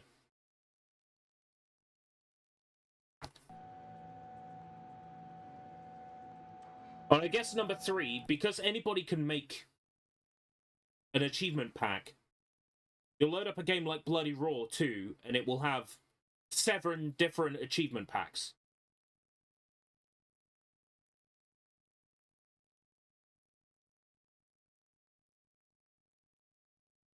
It's dumb. I put in an Xbox 360 game, it has Xbox 360 achievements. Those are genuine achievements. Those are official achievements.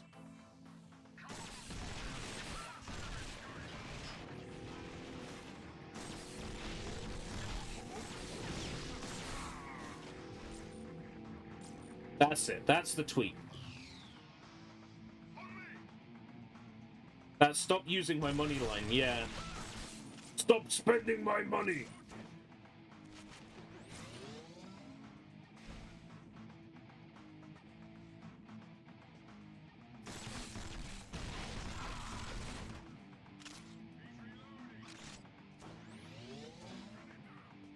These pistols are good. Where have these been all my life?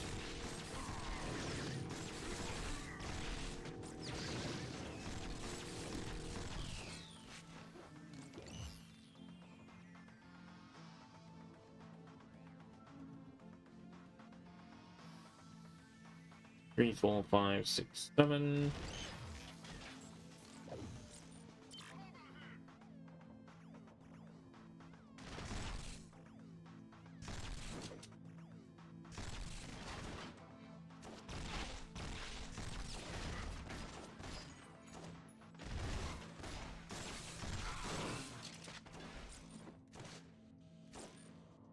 I hacked it!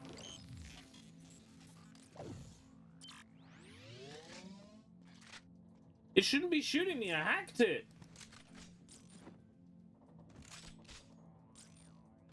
Like rail.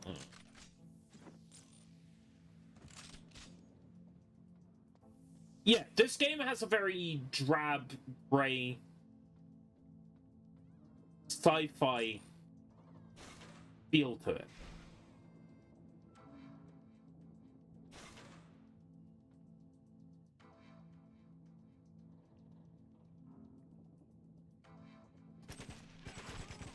In any other game, that would have been a headshot. If this were Half-Life 2, there would be a little ragdoll magnet and he would have fallen off the diving board and it would have been proper satisfying.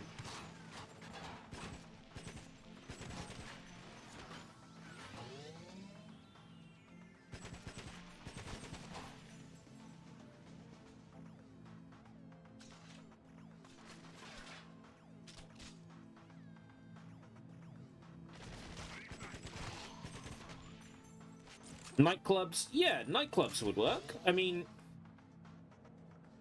the thing is, like, the James Bond movies have, like, big set-piece locations. There's a cabin, there's a snowy cabin in the mountains, thing in... Was it Die Another Day? I think Die Another Day also has, like, the ice palace made out of fucking ice.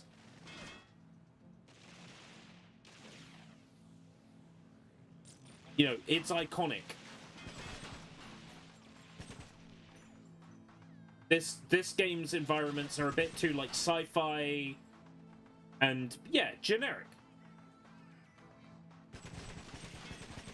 I mean, I like the design language of it. I like this kind of sci-fi futuristic. The music, definitely the music now that I'm listening to it more closely. Especially in this stage, that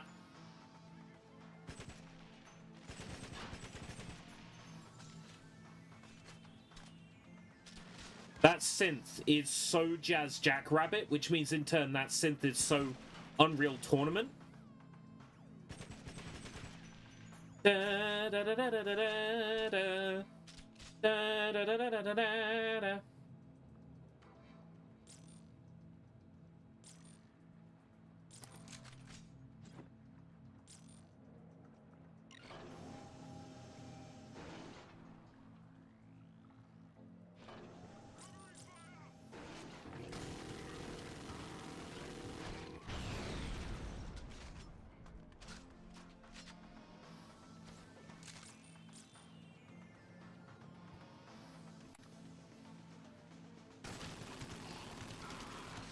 It feels like IO Interactive's been developing Project 007 for 12 years at this point. Yeah, it blows my mind that Bloodstone is 12 years old. Like, I refuse to accept it.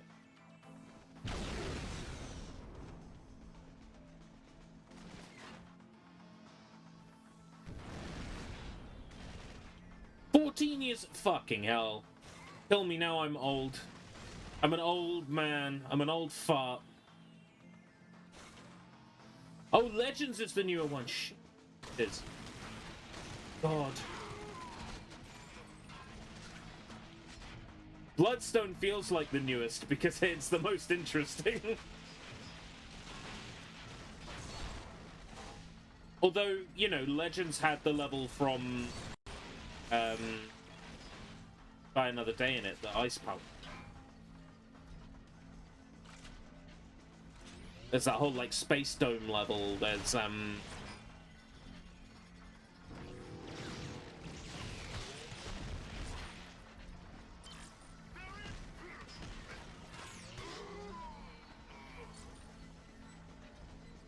the Zero-G. The best thing about that Zero-G level is the achievement for Zero Gamer Score when you enter Zero-G. Like...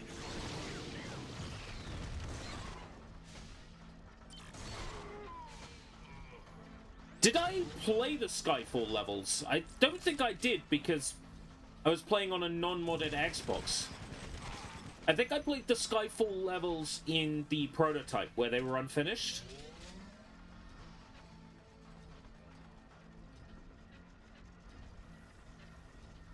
We should do the Skyfall levels for Bondage Month.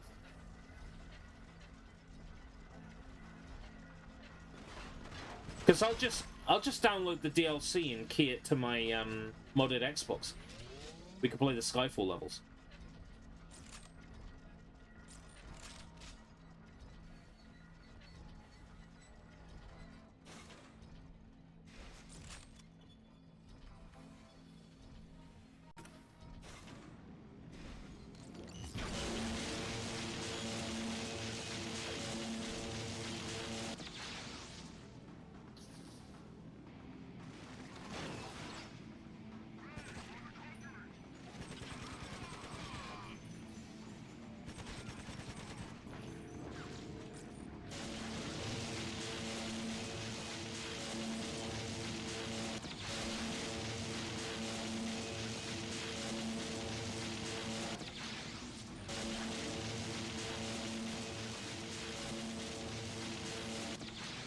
Yeah, that intro to Legends is interesting.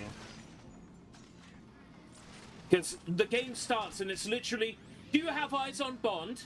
Yes, I'm ready to take the shot. Oh no, Bond's fallen off the train. Oh, I've just woken up. All my ladies turned to gold. The game is so fucking weird. Go straight into the man with the golden gun. With, like, no explanation at all. I think the worst parts of Legends for me were the bits where it stops you and it's... You must examine this room for clues.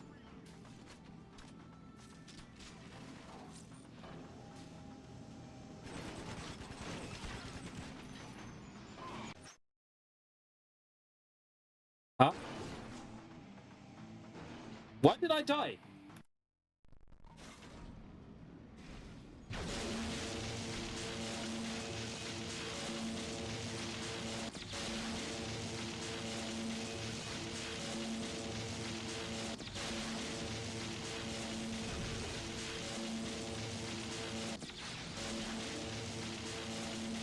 That was such an obnoxious sound effect.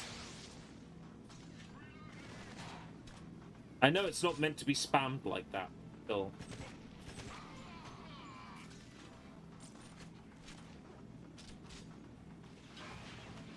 Alpha Protocol I've kept meaning to check out.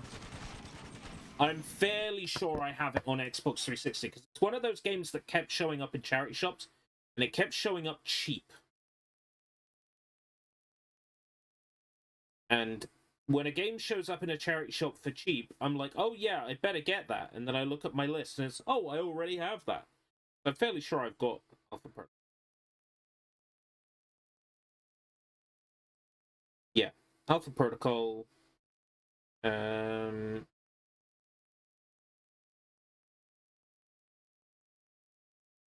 remember people rating it pretty highly when it came out. I remember it getting a lot of praise from, like, reviewers, friends who were into stealth games really liked it. I remember being confused that it was published by Sega. I'm like, what the fuck is this? This isn't Sonic the Hedgehog.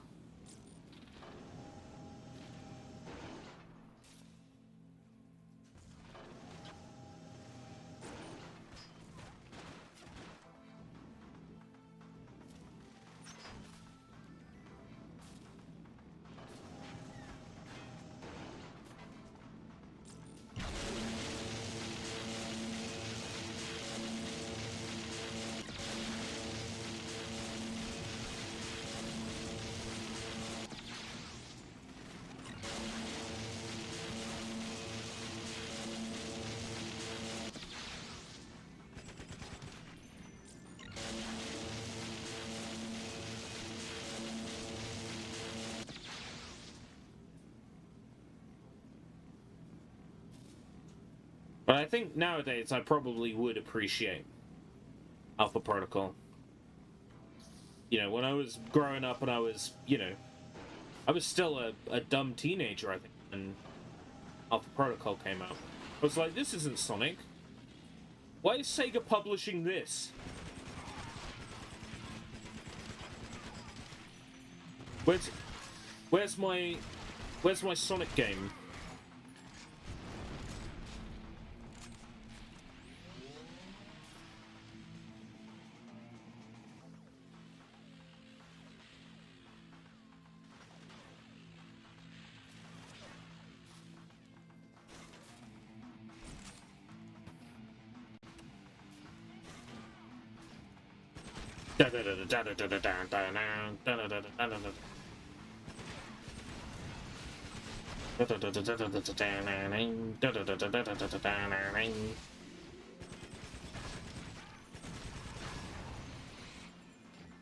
Yeah, I think this room is pretty cool.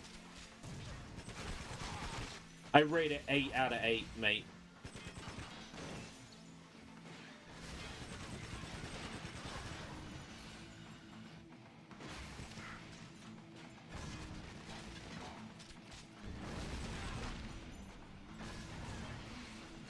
I like how this room has the little metal loop that plays.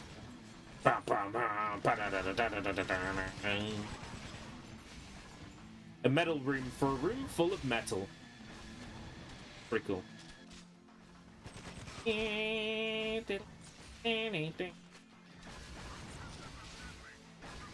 So yeah, the music is dynamic in the game.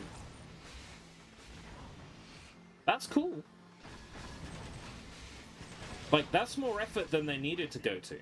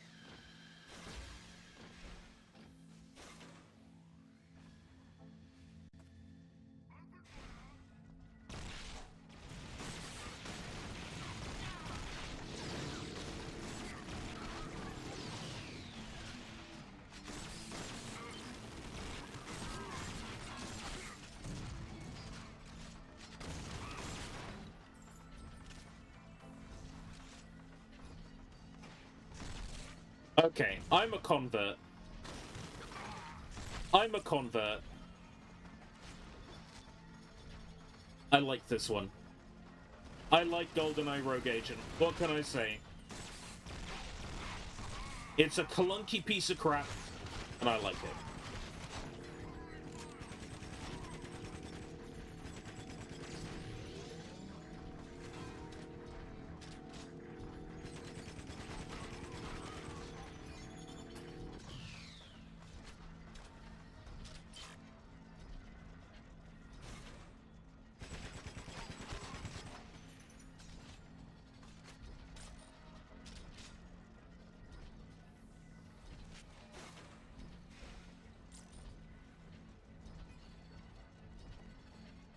Definitely some things I would change. I would have a weapon wheel. It would let me carry one of every weapon. Let them from a weapon wheel. Maybe Turok style, where I can choose which weapon is on which wield. Pretty much the only thing I'd change about.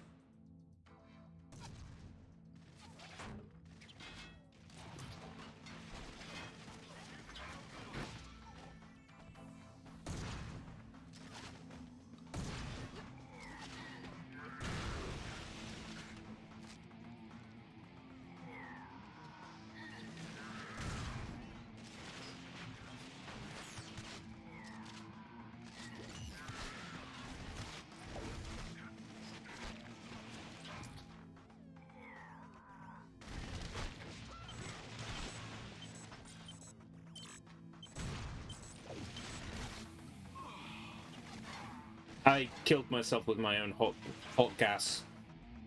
Vampire the Masquerade Bloodlines. Yes, so Bloodlines I would like to play, but there is a... Oh, I got 4 kills. From my previous activation of Steam. Nice one. So... I do want to play Bloodlines, but there is a catch.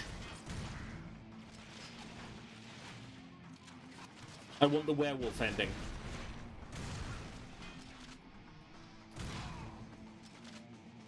I will play the game, but for the werewolf ending only.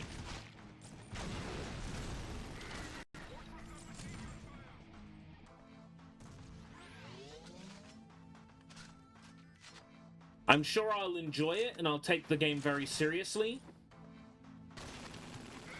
But I'm having my werewolf ending.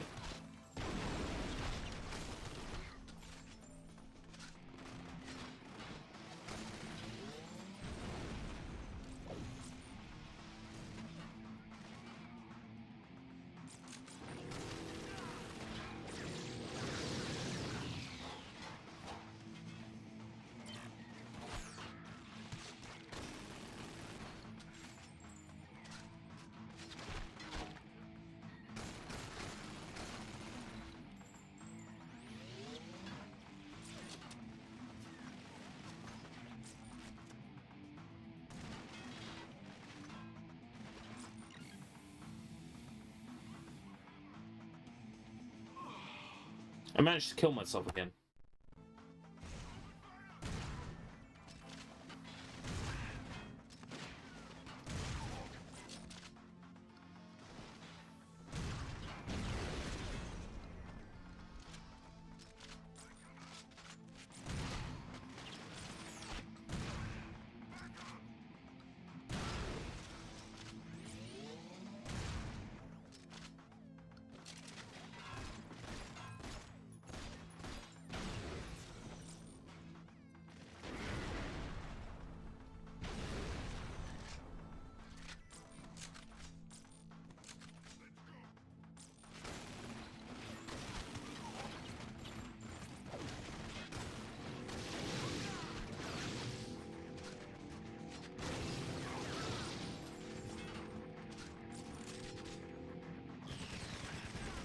There is a secret ending in Vampire the Masquerade Bloodline. With a dancing werewolf. There's an Easter egg early in the game that you have to activate. With a dancing werewolf. And then when you get to the end of the game, if you use the correct dialogue tree at the end, you'll have an option. Just show me the dancing werewolf again. And then the credits play over the animation of the dancing werewolf. And that's the ending I want to get. If I'm going to stream Bloodlines, that's the ending we're getting.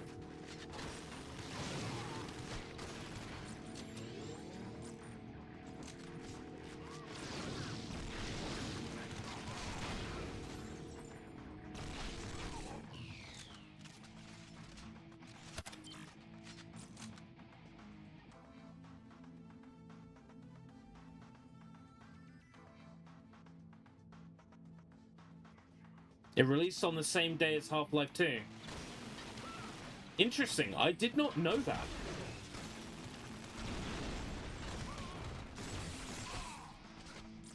I always assumed it came much later.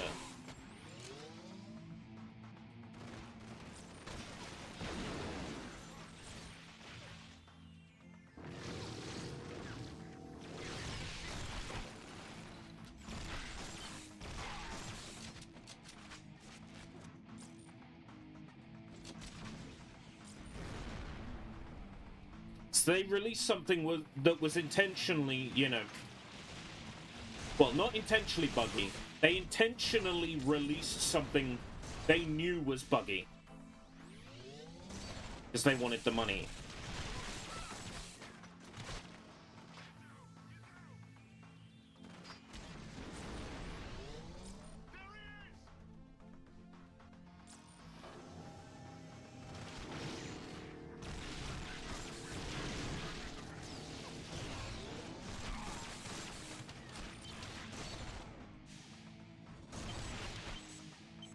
Just let me land a hit on these fucking bastards.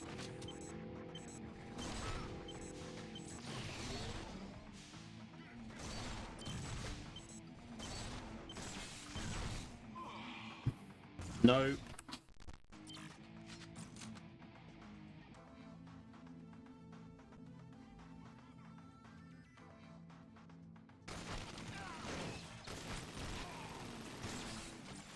This game is getting a bit silly now, even on easy difficulty.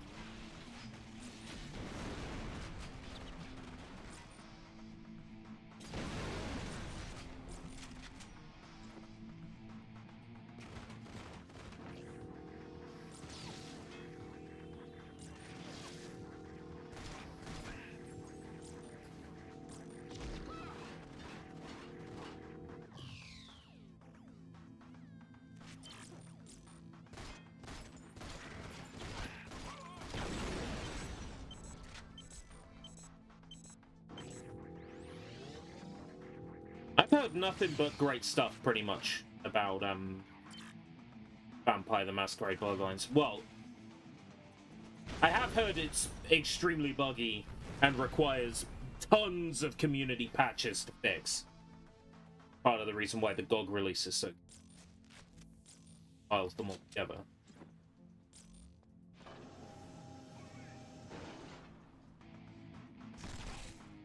I don't know if they still were, but they were actively selling an extremely buggy version on Steam.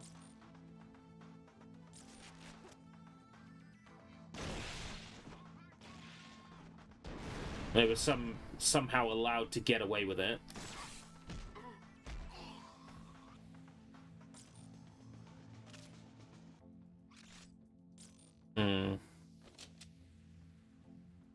So if you end up buying it on Steam, you have to use a whole bunch of patches to fucking work anyway.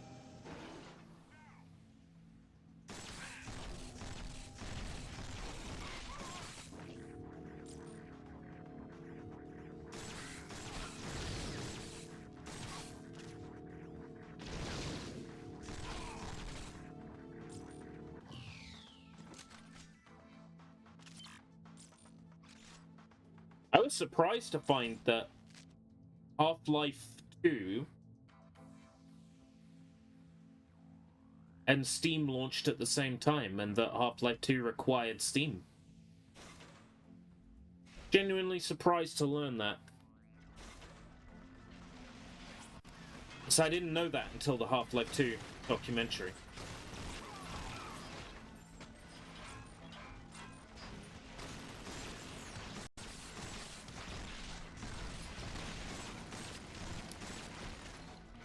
So I played non-Steam versions of Half-Life 2, but as it turns out, those were cracked. For whatever reason, you know.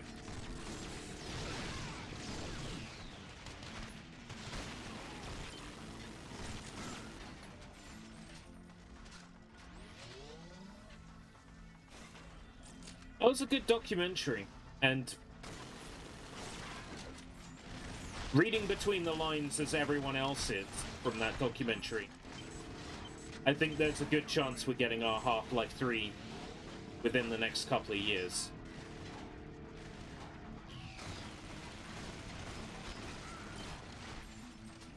I do wonder what a new version of Source, or perhaps Source's next replacement, might be like. The Half-Life Alyx no VR patch done now.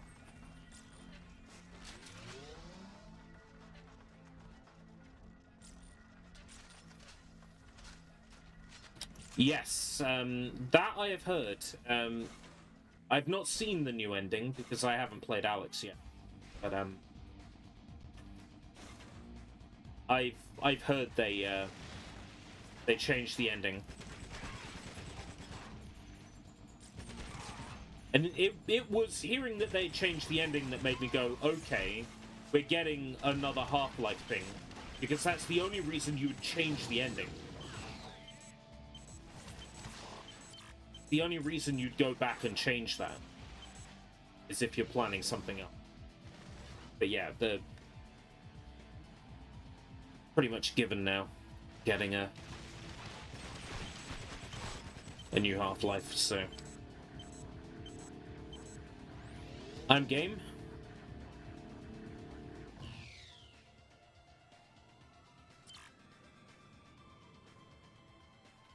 Press the action button to use a commentary node.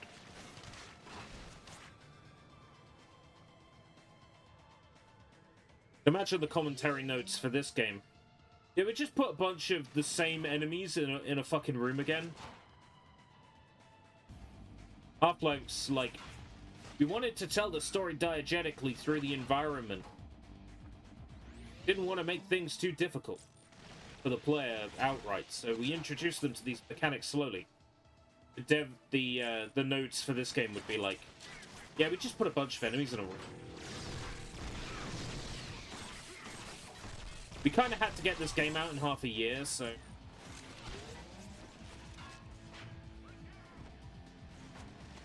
MGM were threatening to take the Bond license away from us. Do you imagine? Do you imagine if this game was... the development was so fucking bad that the MGM were threatening to take the license back? That'd be fun.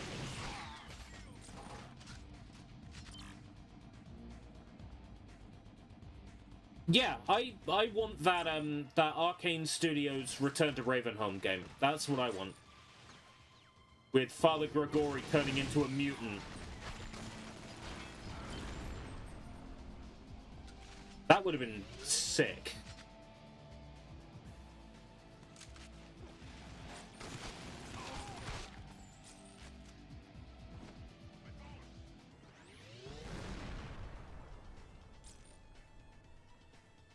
I heard those Walking Dead games were pretty bad.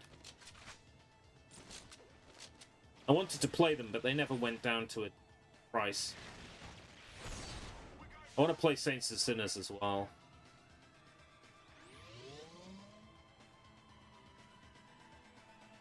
Huh? Is the guy below casting a shadow above? Was. Casting a shadow on the ceiling.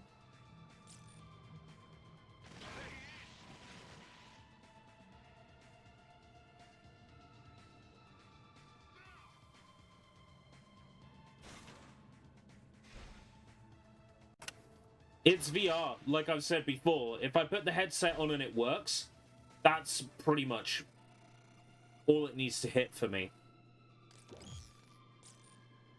Your Lucifer X-14 explosive has been loaded aboard your Manta Mark 9 submersible. Both are ready for pickup.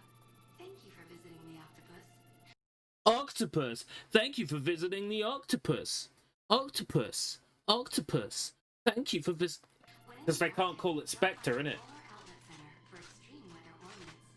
Goodbye, and have a pleasant journey.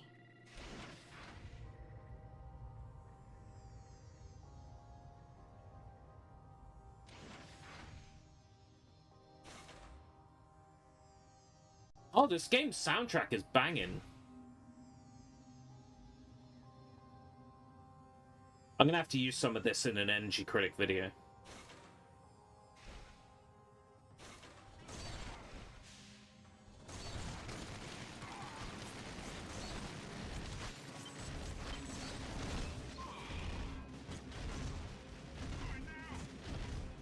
That's a pretty wild room.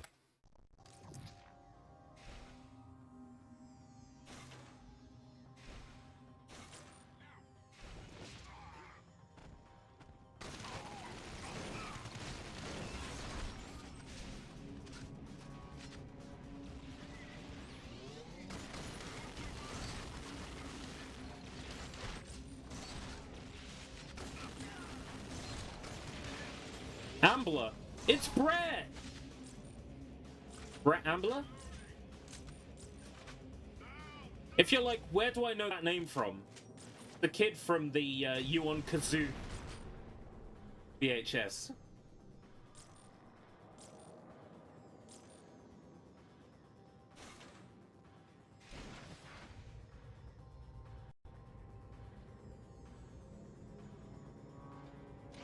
James John have Shinigami eyes. I did wonder why certain enemies have names. I guess that's their justification for why they have more health. If he had Shinigami eyes, it would say that their death is imminent. Today's date. Cause of death, explosive.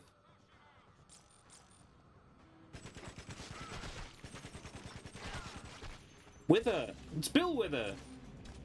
Lean on me when you're not strong. I beat my meat. I stroke my massive schlong.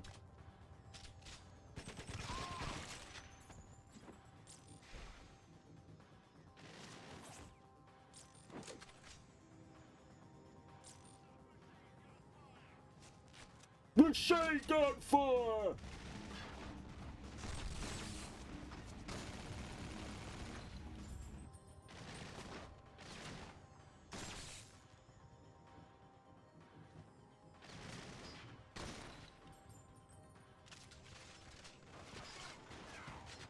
You know what?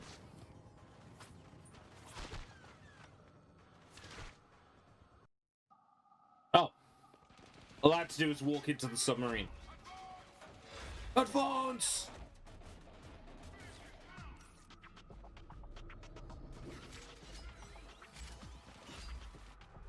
Do I get to play in the sub? Or is it just an FMV and we're done? Please tell me I get to fly the sub around. I let this coffee go cold. Right, I let this coffee go cold. Hey, I got more points in that level. Almost like saving state and loading state. Makes me look like a better player.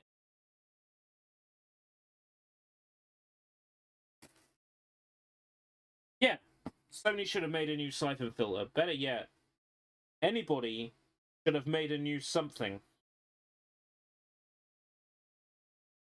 If any one thing has become apparent in the past couple of years, it's that game studios risking it all on one or two big games rather than making a bunch of small ones. And then something happens to cause a delay with that big game, and they end up with no game for the holiday season. Then they have to rush out a remaster or re-release of something fast.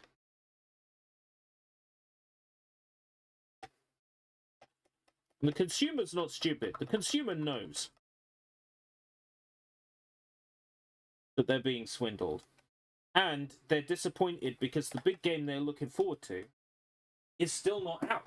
They haven't heard any news about it. No developments at all.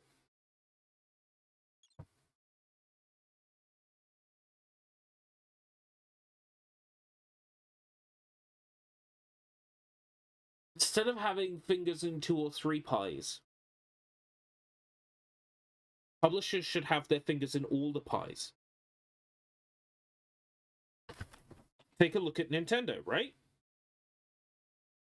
Nintendo have a release every month. Worst case scenario, every 2 months. But every month, Nintendo has like a fairly big release. Sometimes it's a remaster.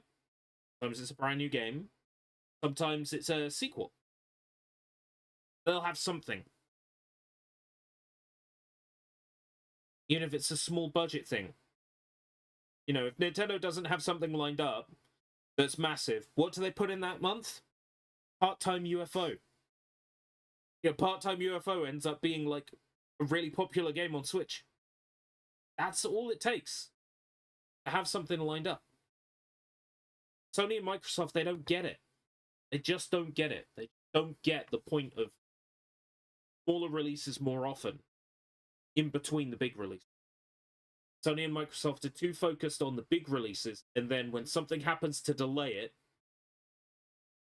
it gets held back, they put more and more money into it, point where the cost of it has skyrocketed, and then when they release it, and it's a Concord, and it's a flop,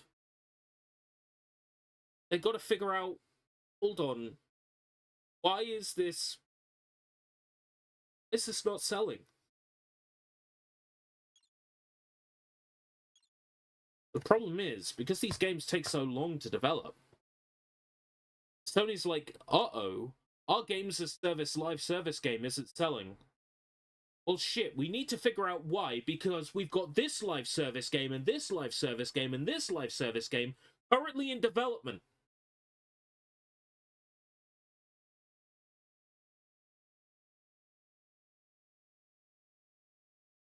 I am hoping that Astrobot is a wake-up call to Sony. Smaller teams, a core vision, a core idea, a shared direction, a solid, shorter title, evenly spaced throughout the year. That's the trick.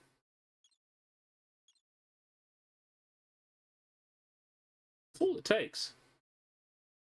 Saying that's all it takes, like, that's easy. But, you know, that's all it takes. Looks like I do get to play in the sub. I am certain Dr. No has been made aware of your attack on the octopus. Therefore, I cannot deploy the Omen on Crab Key and risk making it a target. Instead, you must infiltrate the island and find your way to the central compound. Your objective is the nuclear reactor. Unsabotaged, it should destroy the entire island. Nose Fortress will be heavily defended. A diversion might help you slip past the gates. Use the explosives you so generously charged to my account at the octopus.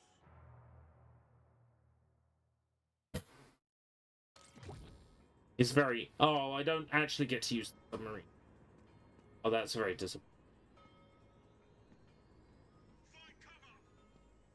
Oh, he spotted me already. How'd he get here?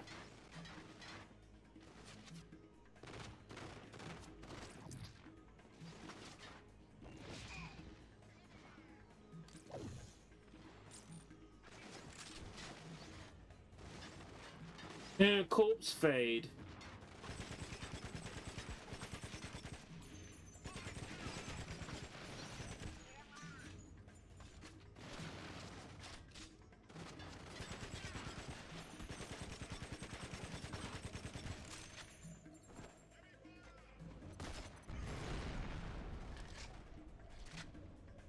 Nice.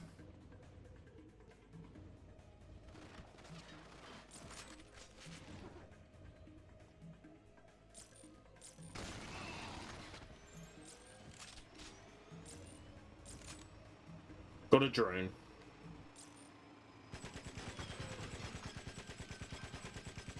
All these stages in and they can't come up with new enemy types. Isn't it marvelous?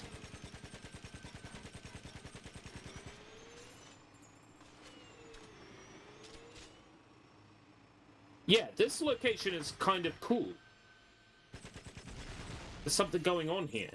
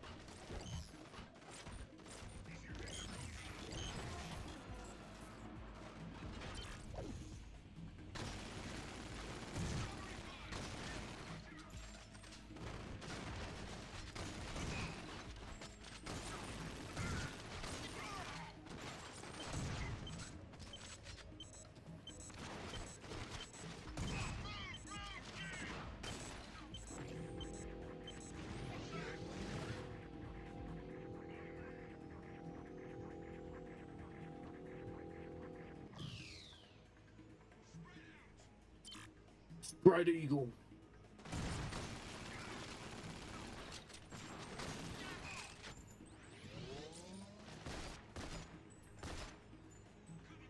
Oh, the grenades don't land on the boat. The boat has no collision.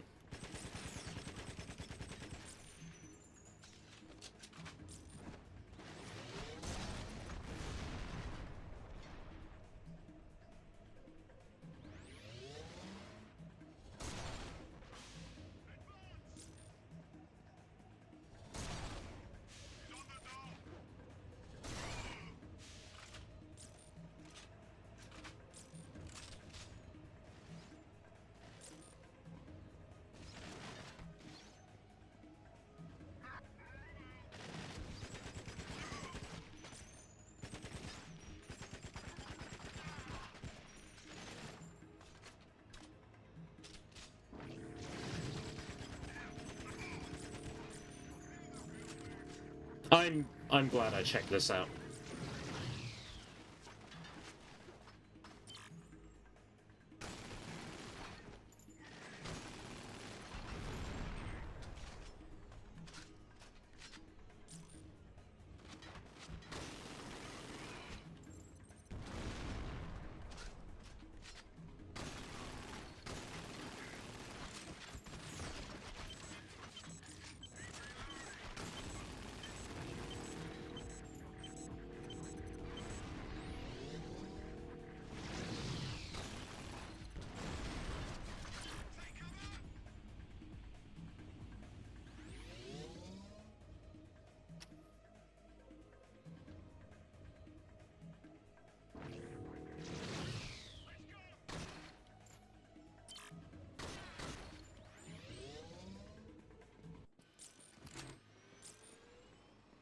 Got another helicopter, another drone.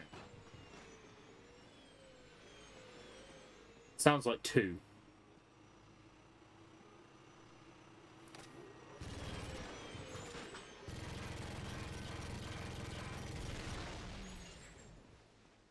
No, just one. I think it played the sound effects twice.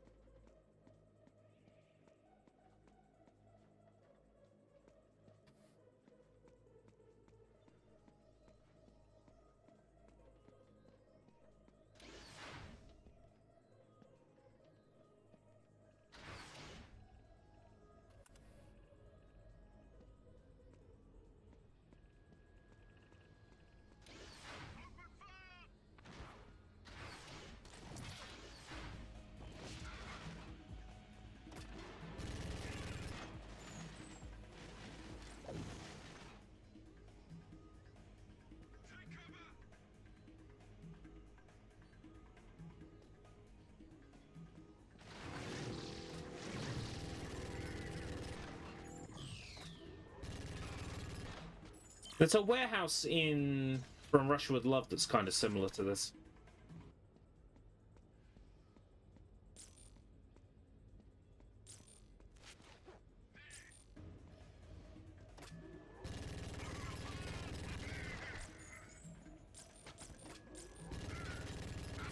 That From Russia with Love game being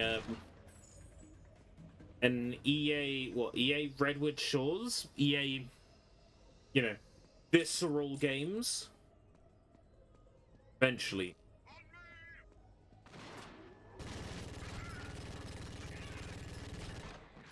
It's quite fascinating.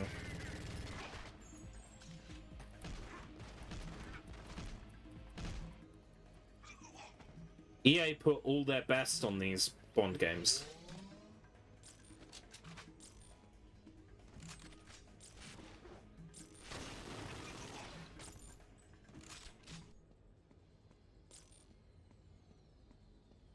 And to think, I skipped this back in the day because it had the name GoldenEye. Like, that's offensive.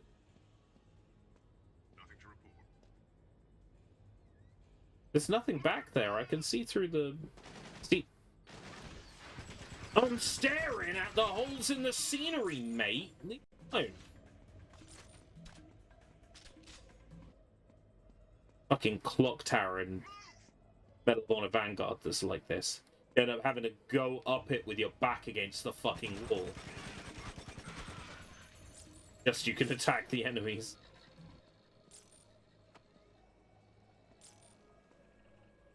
That security door? On me! All eyes on me!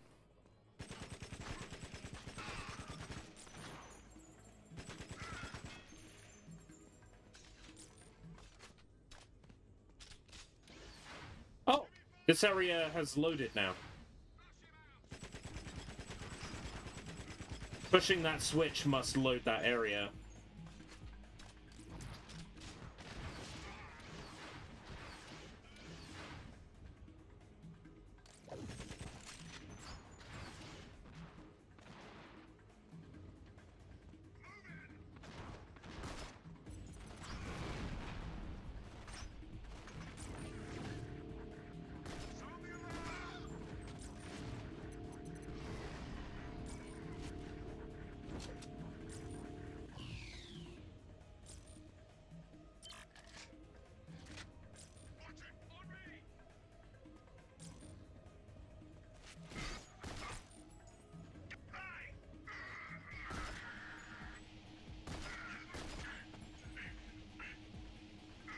Where'd the other guy go? I swear there were 3 in this room. Oh well.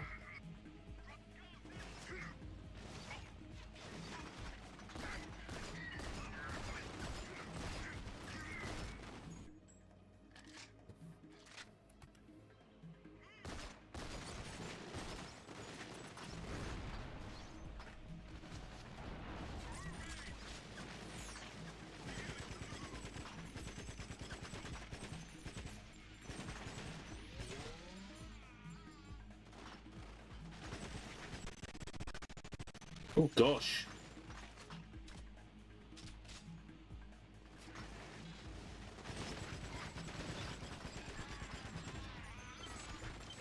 It's a PS2 game, it shouldn't be stuttering, really.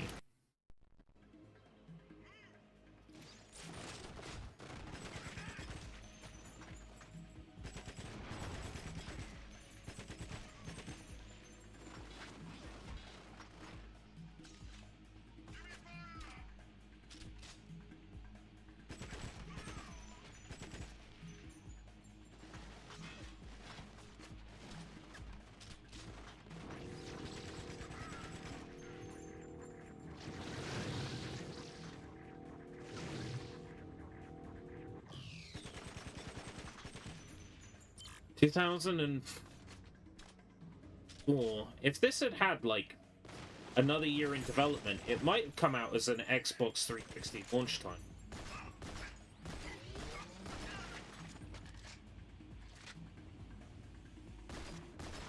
And I'd have totally fucked with it then, I think.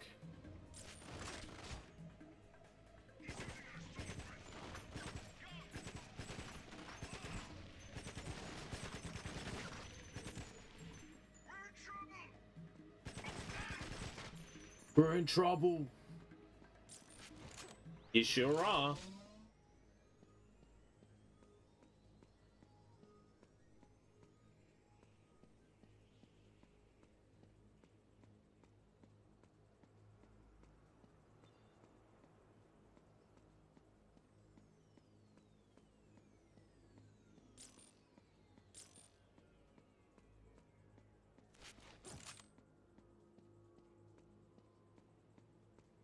Just like the idea of the dude running around after a gunfight, and they're just watching him on the camera like, is he doing a victory lap? No, I think he's looking for ammo and body armor.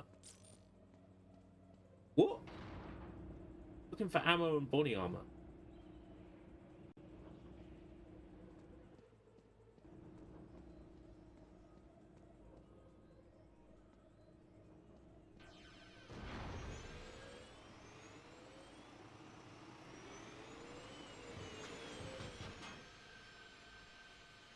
2.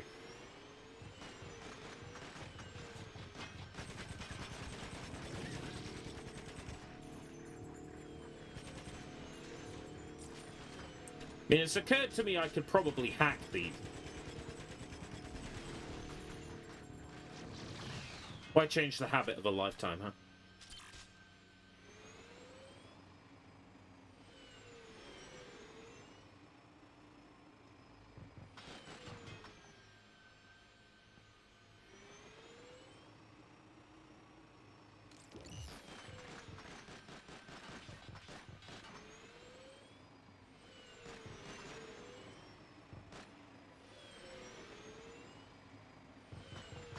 No, I can't hack them.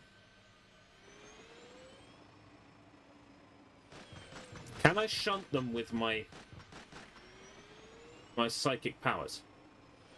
No.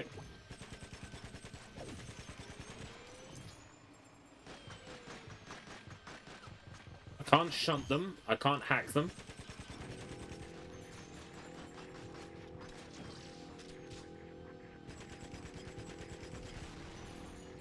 That's fascinating.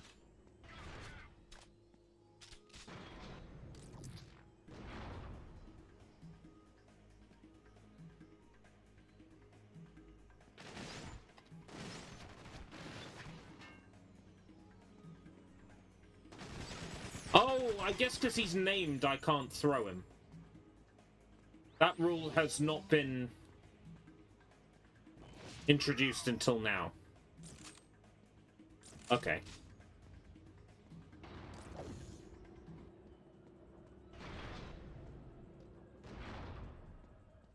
So it's just 2 dudes. I swear more came out.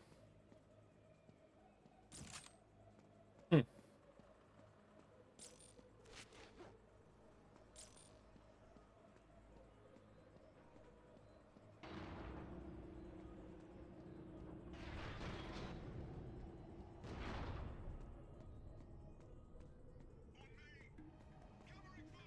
On me!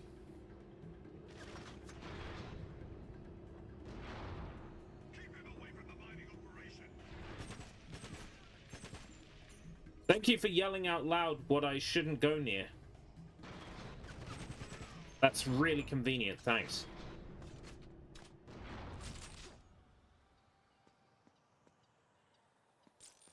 Was that mining operation? I'll make sure I don't go near it.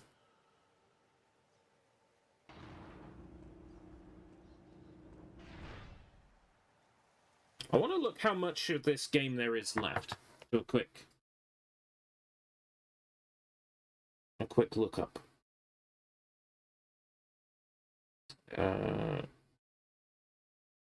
Rogue agent.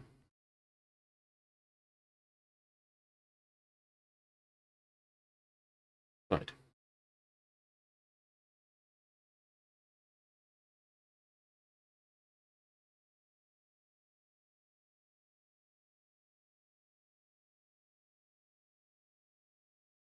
Crab Key and Volcano Lair.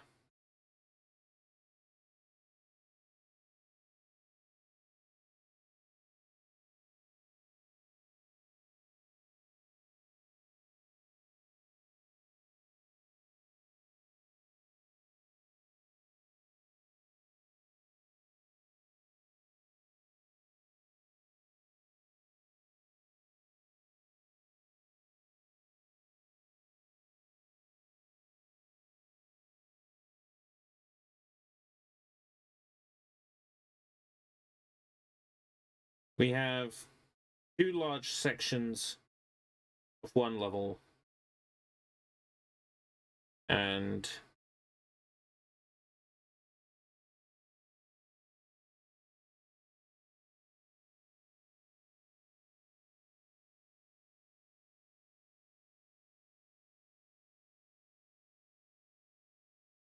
I believe the last level is just a boss fight.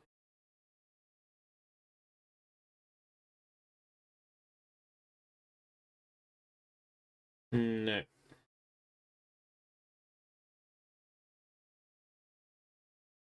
A whole level with a boss fight.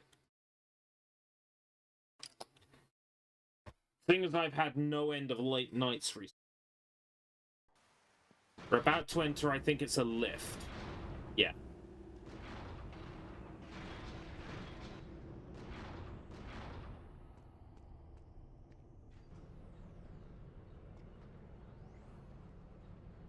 When we get to the bottom of this lift, I'll save a state.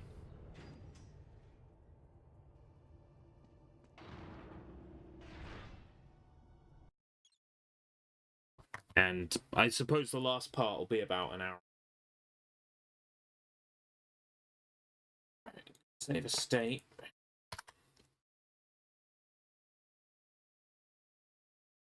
I know the keyboard shortcuts.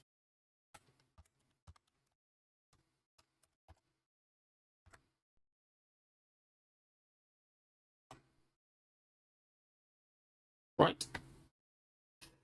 Oh! Very much for joining me. I guess GoldenEye Rogue Agent will be 3 parts off. Infinity Nikki on the 5th. Indiana Jones when it comes out. I think that's the 9th.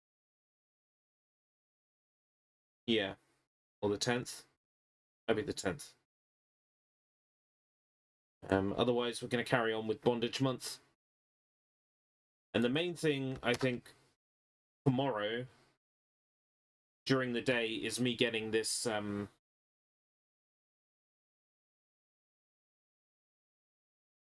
Starship Troopers video done. I've recorded the voiceover, but I'm not totally happy with the voiceover. I'm going to slap it into Premiere, put some filters on it, and see if I can salvage it. But if not, I'll have to re-record it. Not a big deal.